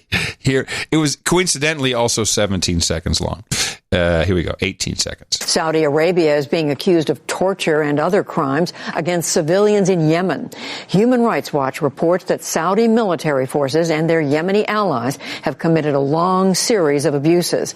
The Saudis are backing the Yemeni government against Shiite rebels who are allied with Iran. That's it? That's the one that talks about the Shiite rebels. We played this clip about a few weeks ago. Yeah. Shiite rebels, never mentions Houthis, doesn't give us any background, doesn't do anything. So in that same amount of time, I have the short version of the report from Al Jazeera. This is the Houthis attack Saudis. This is the same 17 seconds then we play that. And the Saudi-led coalition fighting in Yemen says Houthi rebels have attacked Saudi Arabia. The coalition says the kingdom's air defense systems intercepted 2 ballistic missiles targeting Riyadh and the southern city of Jizan on Saturday. People living in the capital say they heard at least 3 explosions. So now there's missile attacks going on. We're talking about the Houthis. I mean, PBS gave us none of this, so let's continue with Al Jazeera and play the extended report so we actually now know something. Witnesses in Riyadh said they heard 3 explosions, then the sirens of emergency vehicles in the north of the city. Houthi rebels have frequently launched missiles from Yemen into Saudi Arabia, retaliation for its involvement in Yemen's now 5-year civil war. The last strike on Riyadh was in June 2018. Another Houthi attack took out 2 major oil installations last September that nearly halved Saudi oil output. This one was only 2 missiles, and this is why I believe that all of this is a PR stunt from the Houthis to appear stronger than they actually are. Fighting has intensified recently, with the Houthis expanding their territory by taking control of Al Jawf province near the Saudi border and looking to advance on the oil-rich province of Marib, where there's been fierce fighting in recent weeks. They are running hard and fast right now, so I think it's very clear to me, at any rate, that these will have come from the Houthis. This is a message, if you will, to the Saudis that you are vulnerable to us, and we have the capability to hit you pretty well anywhere we would choose. Yemen is enduring one of the world's worst humanitarian crises. Millions are without enough food or medical supplies. Just this week, the UN tried to convince warring factions to implement terms of a ceasefire agreement signed in Stockholm 2 years ago, saying a ceasefire is all the more necessary during the coronavirus pandemic. While Yemen has no confirmed cases, Saudi Arabia has more than 1,200, the most in the Gulf region. This government video shows its lockdown in effect. It has barred all travel and is asking people to stay home. Beyond the pandemic, it's also in a battle against Russia over oil. Their price war has sent oil plummeting to a 17-year low, with plans to pump even more oil into global stocks from Wednesday. With oil demand dropping daily, prices may follow. Saudi Arabia fighting on multiple fronts, but still holding up its defenses for now. Man, nice explosion at the end. Sure gives credence to the booby trap theory, doesn't it? Yeah, there's a lot going on, and none of it's being covered. And I had to really play that comparison between what PBS gave us, which is piss poor. No mention of the Houthis at all. Piss poor was exactly the way to describe it. Is exactly what it was. Yes, citizen, don't be alarmed. We're here on official business. So anyway, let's play the UBI cutoff. Oh man, no, let's keep it. Let's keep it for Sunday. I've already got the affiliates are ready. I've got the outro music running. Oh, okay. Well, then we're done. Yeah, so that comes from Central Command. We can't even stop it now. We're running late. Somewhat. Well, I hope you enjoyed your deconstruction for today. Please remember, this is a producer-produced show, and you're it. Tag. So please remember us at Dvorak.org/NA. Thank you all for your insights, your information, anonymous or not. It's incredibly appreciated, and it helps us collectively understand what's going on here. I think we got a little bit further, but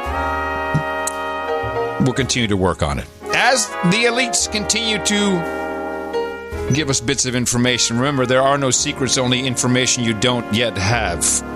And coming to you from Austin, Texas, FEMA Region Number 6, Opportunity Zone 33 in the morning, everybody. I'm Adam Curry. And from northern Silicon Valley, where the traffic is light, and so are the skies. I'm John C. Dvorak. Coming up on NoAgendaStream.com, we have Random Thoughts, end-of-show mixes from Tom Starkweather, Sir Chris Wilson, Leo LePuke, and Danny Lose. Until Sunday, everybody, adios, mofos!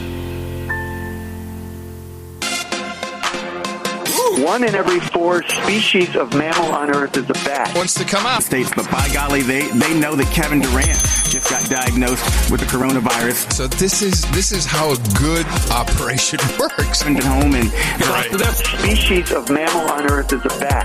Burks, please. Thank you, Mr. President. They know that Kevin Durant just got diagnosed. Through interesting terms. Thank you, Mr. President. Border, however, stays open. As evidence shows, a border shutdown doesn't work. Yes. With Mar-a-Lago. Over 480,000 deaths. Understand that the way you get to that number is you do nothing. Mar-a-Lago virus. Many people asking, why not? The Kung flu. My question is, do you think that's wrong? Kung flu. Top priority to address the COVID-19 threat as we attack the health and safety or protect the health. Is that toilet paper? Indeed. Let me tell you. The United States is slow at testing, so this is testing being ramped up. That's why we're now testing. At the end of the day, from cholera to Ebola and beyond. No. This connection between climate home and they don't care what Dad said. A border shutdown doesn't work. The origin of where the virus first came out. I think what we have to remember is virus. So this is borders. A border is not going to contain the virus. Many people asking, why not? The first is you do nothing. That the U.S.-China relationship. 1 in every 4 species. What? That's wrong. Coronavirus has hit the high country with 2 confirmed cases. it's our top priority to address the COVID-19. Kung flu. My question is, do you think that's wrong? Kung flu. When we need to have accord and division when we need it the most. So many people, Judy. Important point. Oh my! From cholera. Testing being important point. The coronavirus at the end of the day. From cholera to Ebola. Came out in Wuhan. Listen. Okay. Until now, that has been a restriction of 10 people in a gathering, in an outdoor area, or in a shopping centre, or anything like this. The advice now is that, and I should stress that 10-person limit, that is enforceable now in most states and territories and can carry very significant on-the-spot fines. That advice is now being strengthened to say that it should be reduced to 2 persons.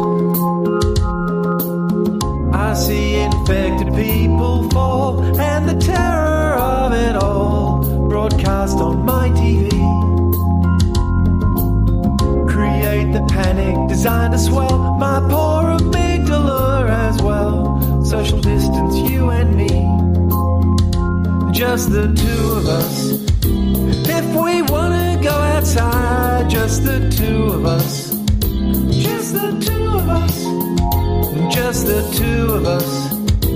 Anymore, we're gonna die. Just the two of us. You and I.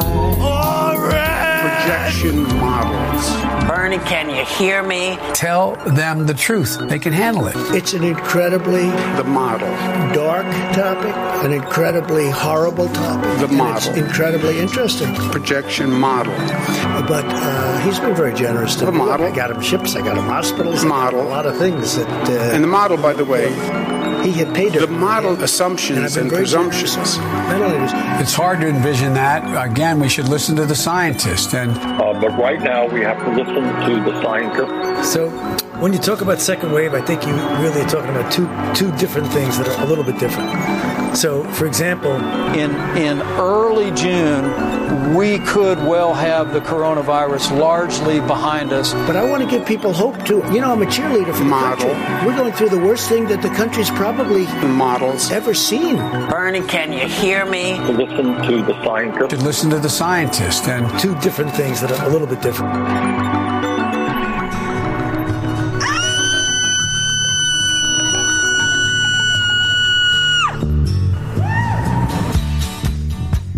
Go home! Go home! There's a stay-at-home order! Well, I just ran out of all my TP. Costco, Walmart, Target are all empty. I will continue screaming. I'm so scared there's no hand sanitizer. No sports, so I'm betting on the weather. Wife to the left of me. Children to the right. Here I am, stuck inside the house with you. Stuck inside the house with you. And I'm running out of stuff I can do. And it's hard to keep from touching my face with this social distancing shelter in place. Wife to the left of me. Children to the right. Here I am, stuck inside the house with you. Stay-at-home order! Food and liquor is all gone and all the bars around are closed. Rich people out here. Home, you asshole! Can't go to work, this Chinese COVID-19 go away. Please. Go home! Please. There's a stay-at-home order! Yes, I'm stuck inside the house with you. Stuck inside the house with you. Here I am, stuck inside the house with you. Rich people out here. Home, you asshole! They told us to be inside. The best podcast in the universe. Mofo. Dvorak.org/NA. That's frightening to me.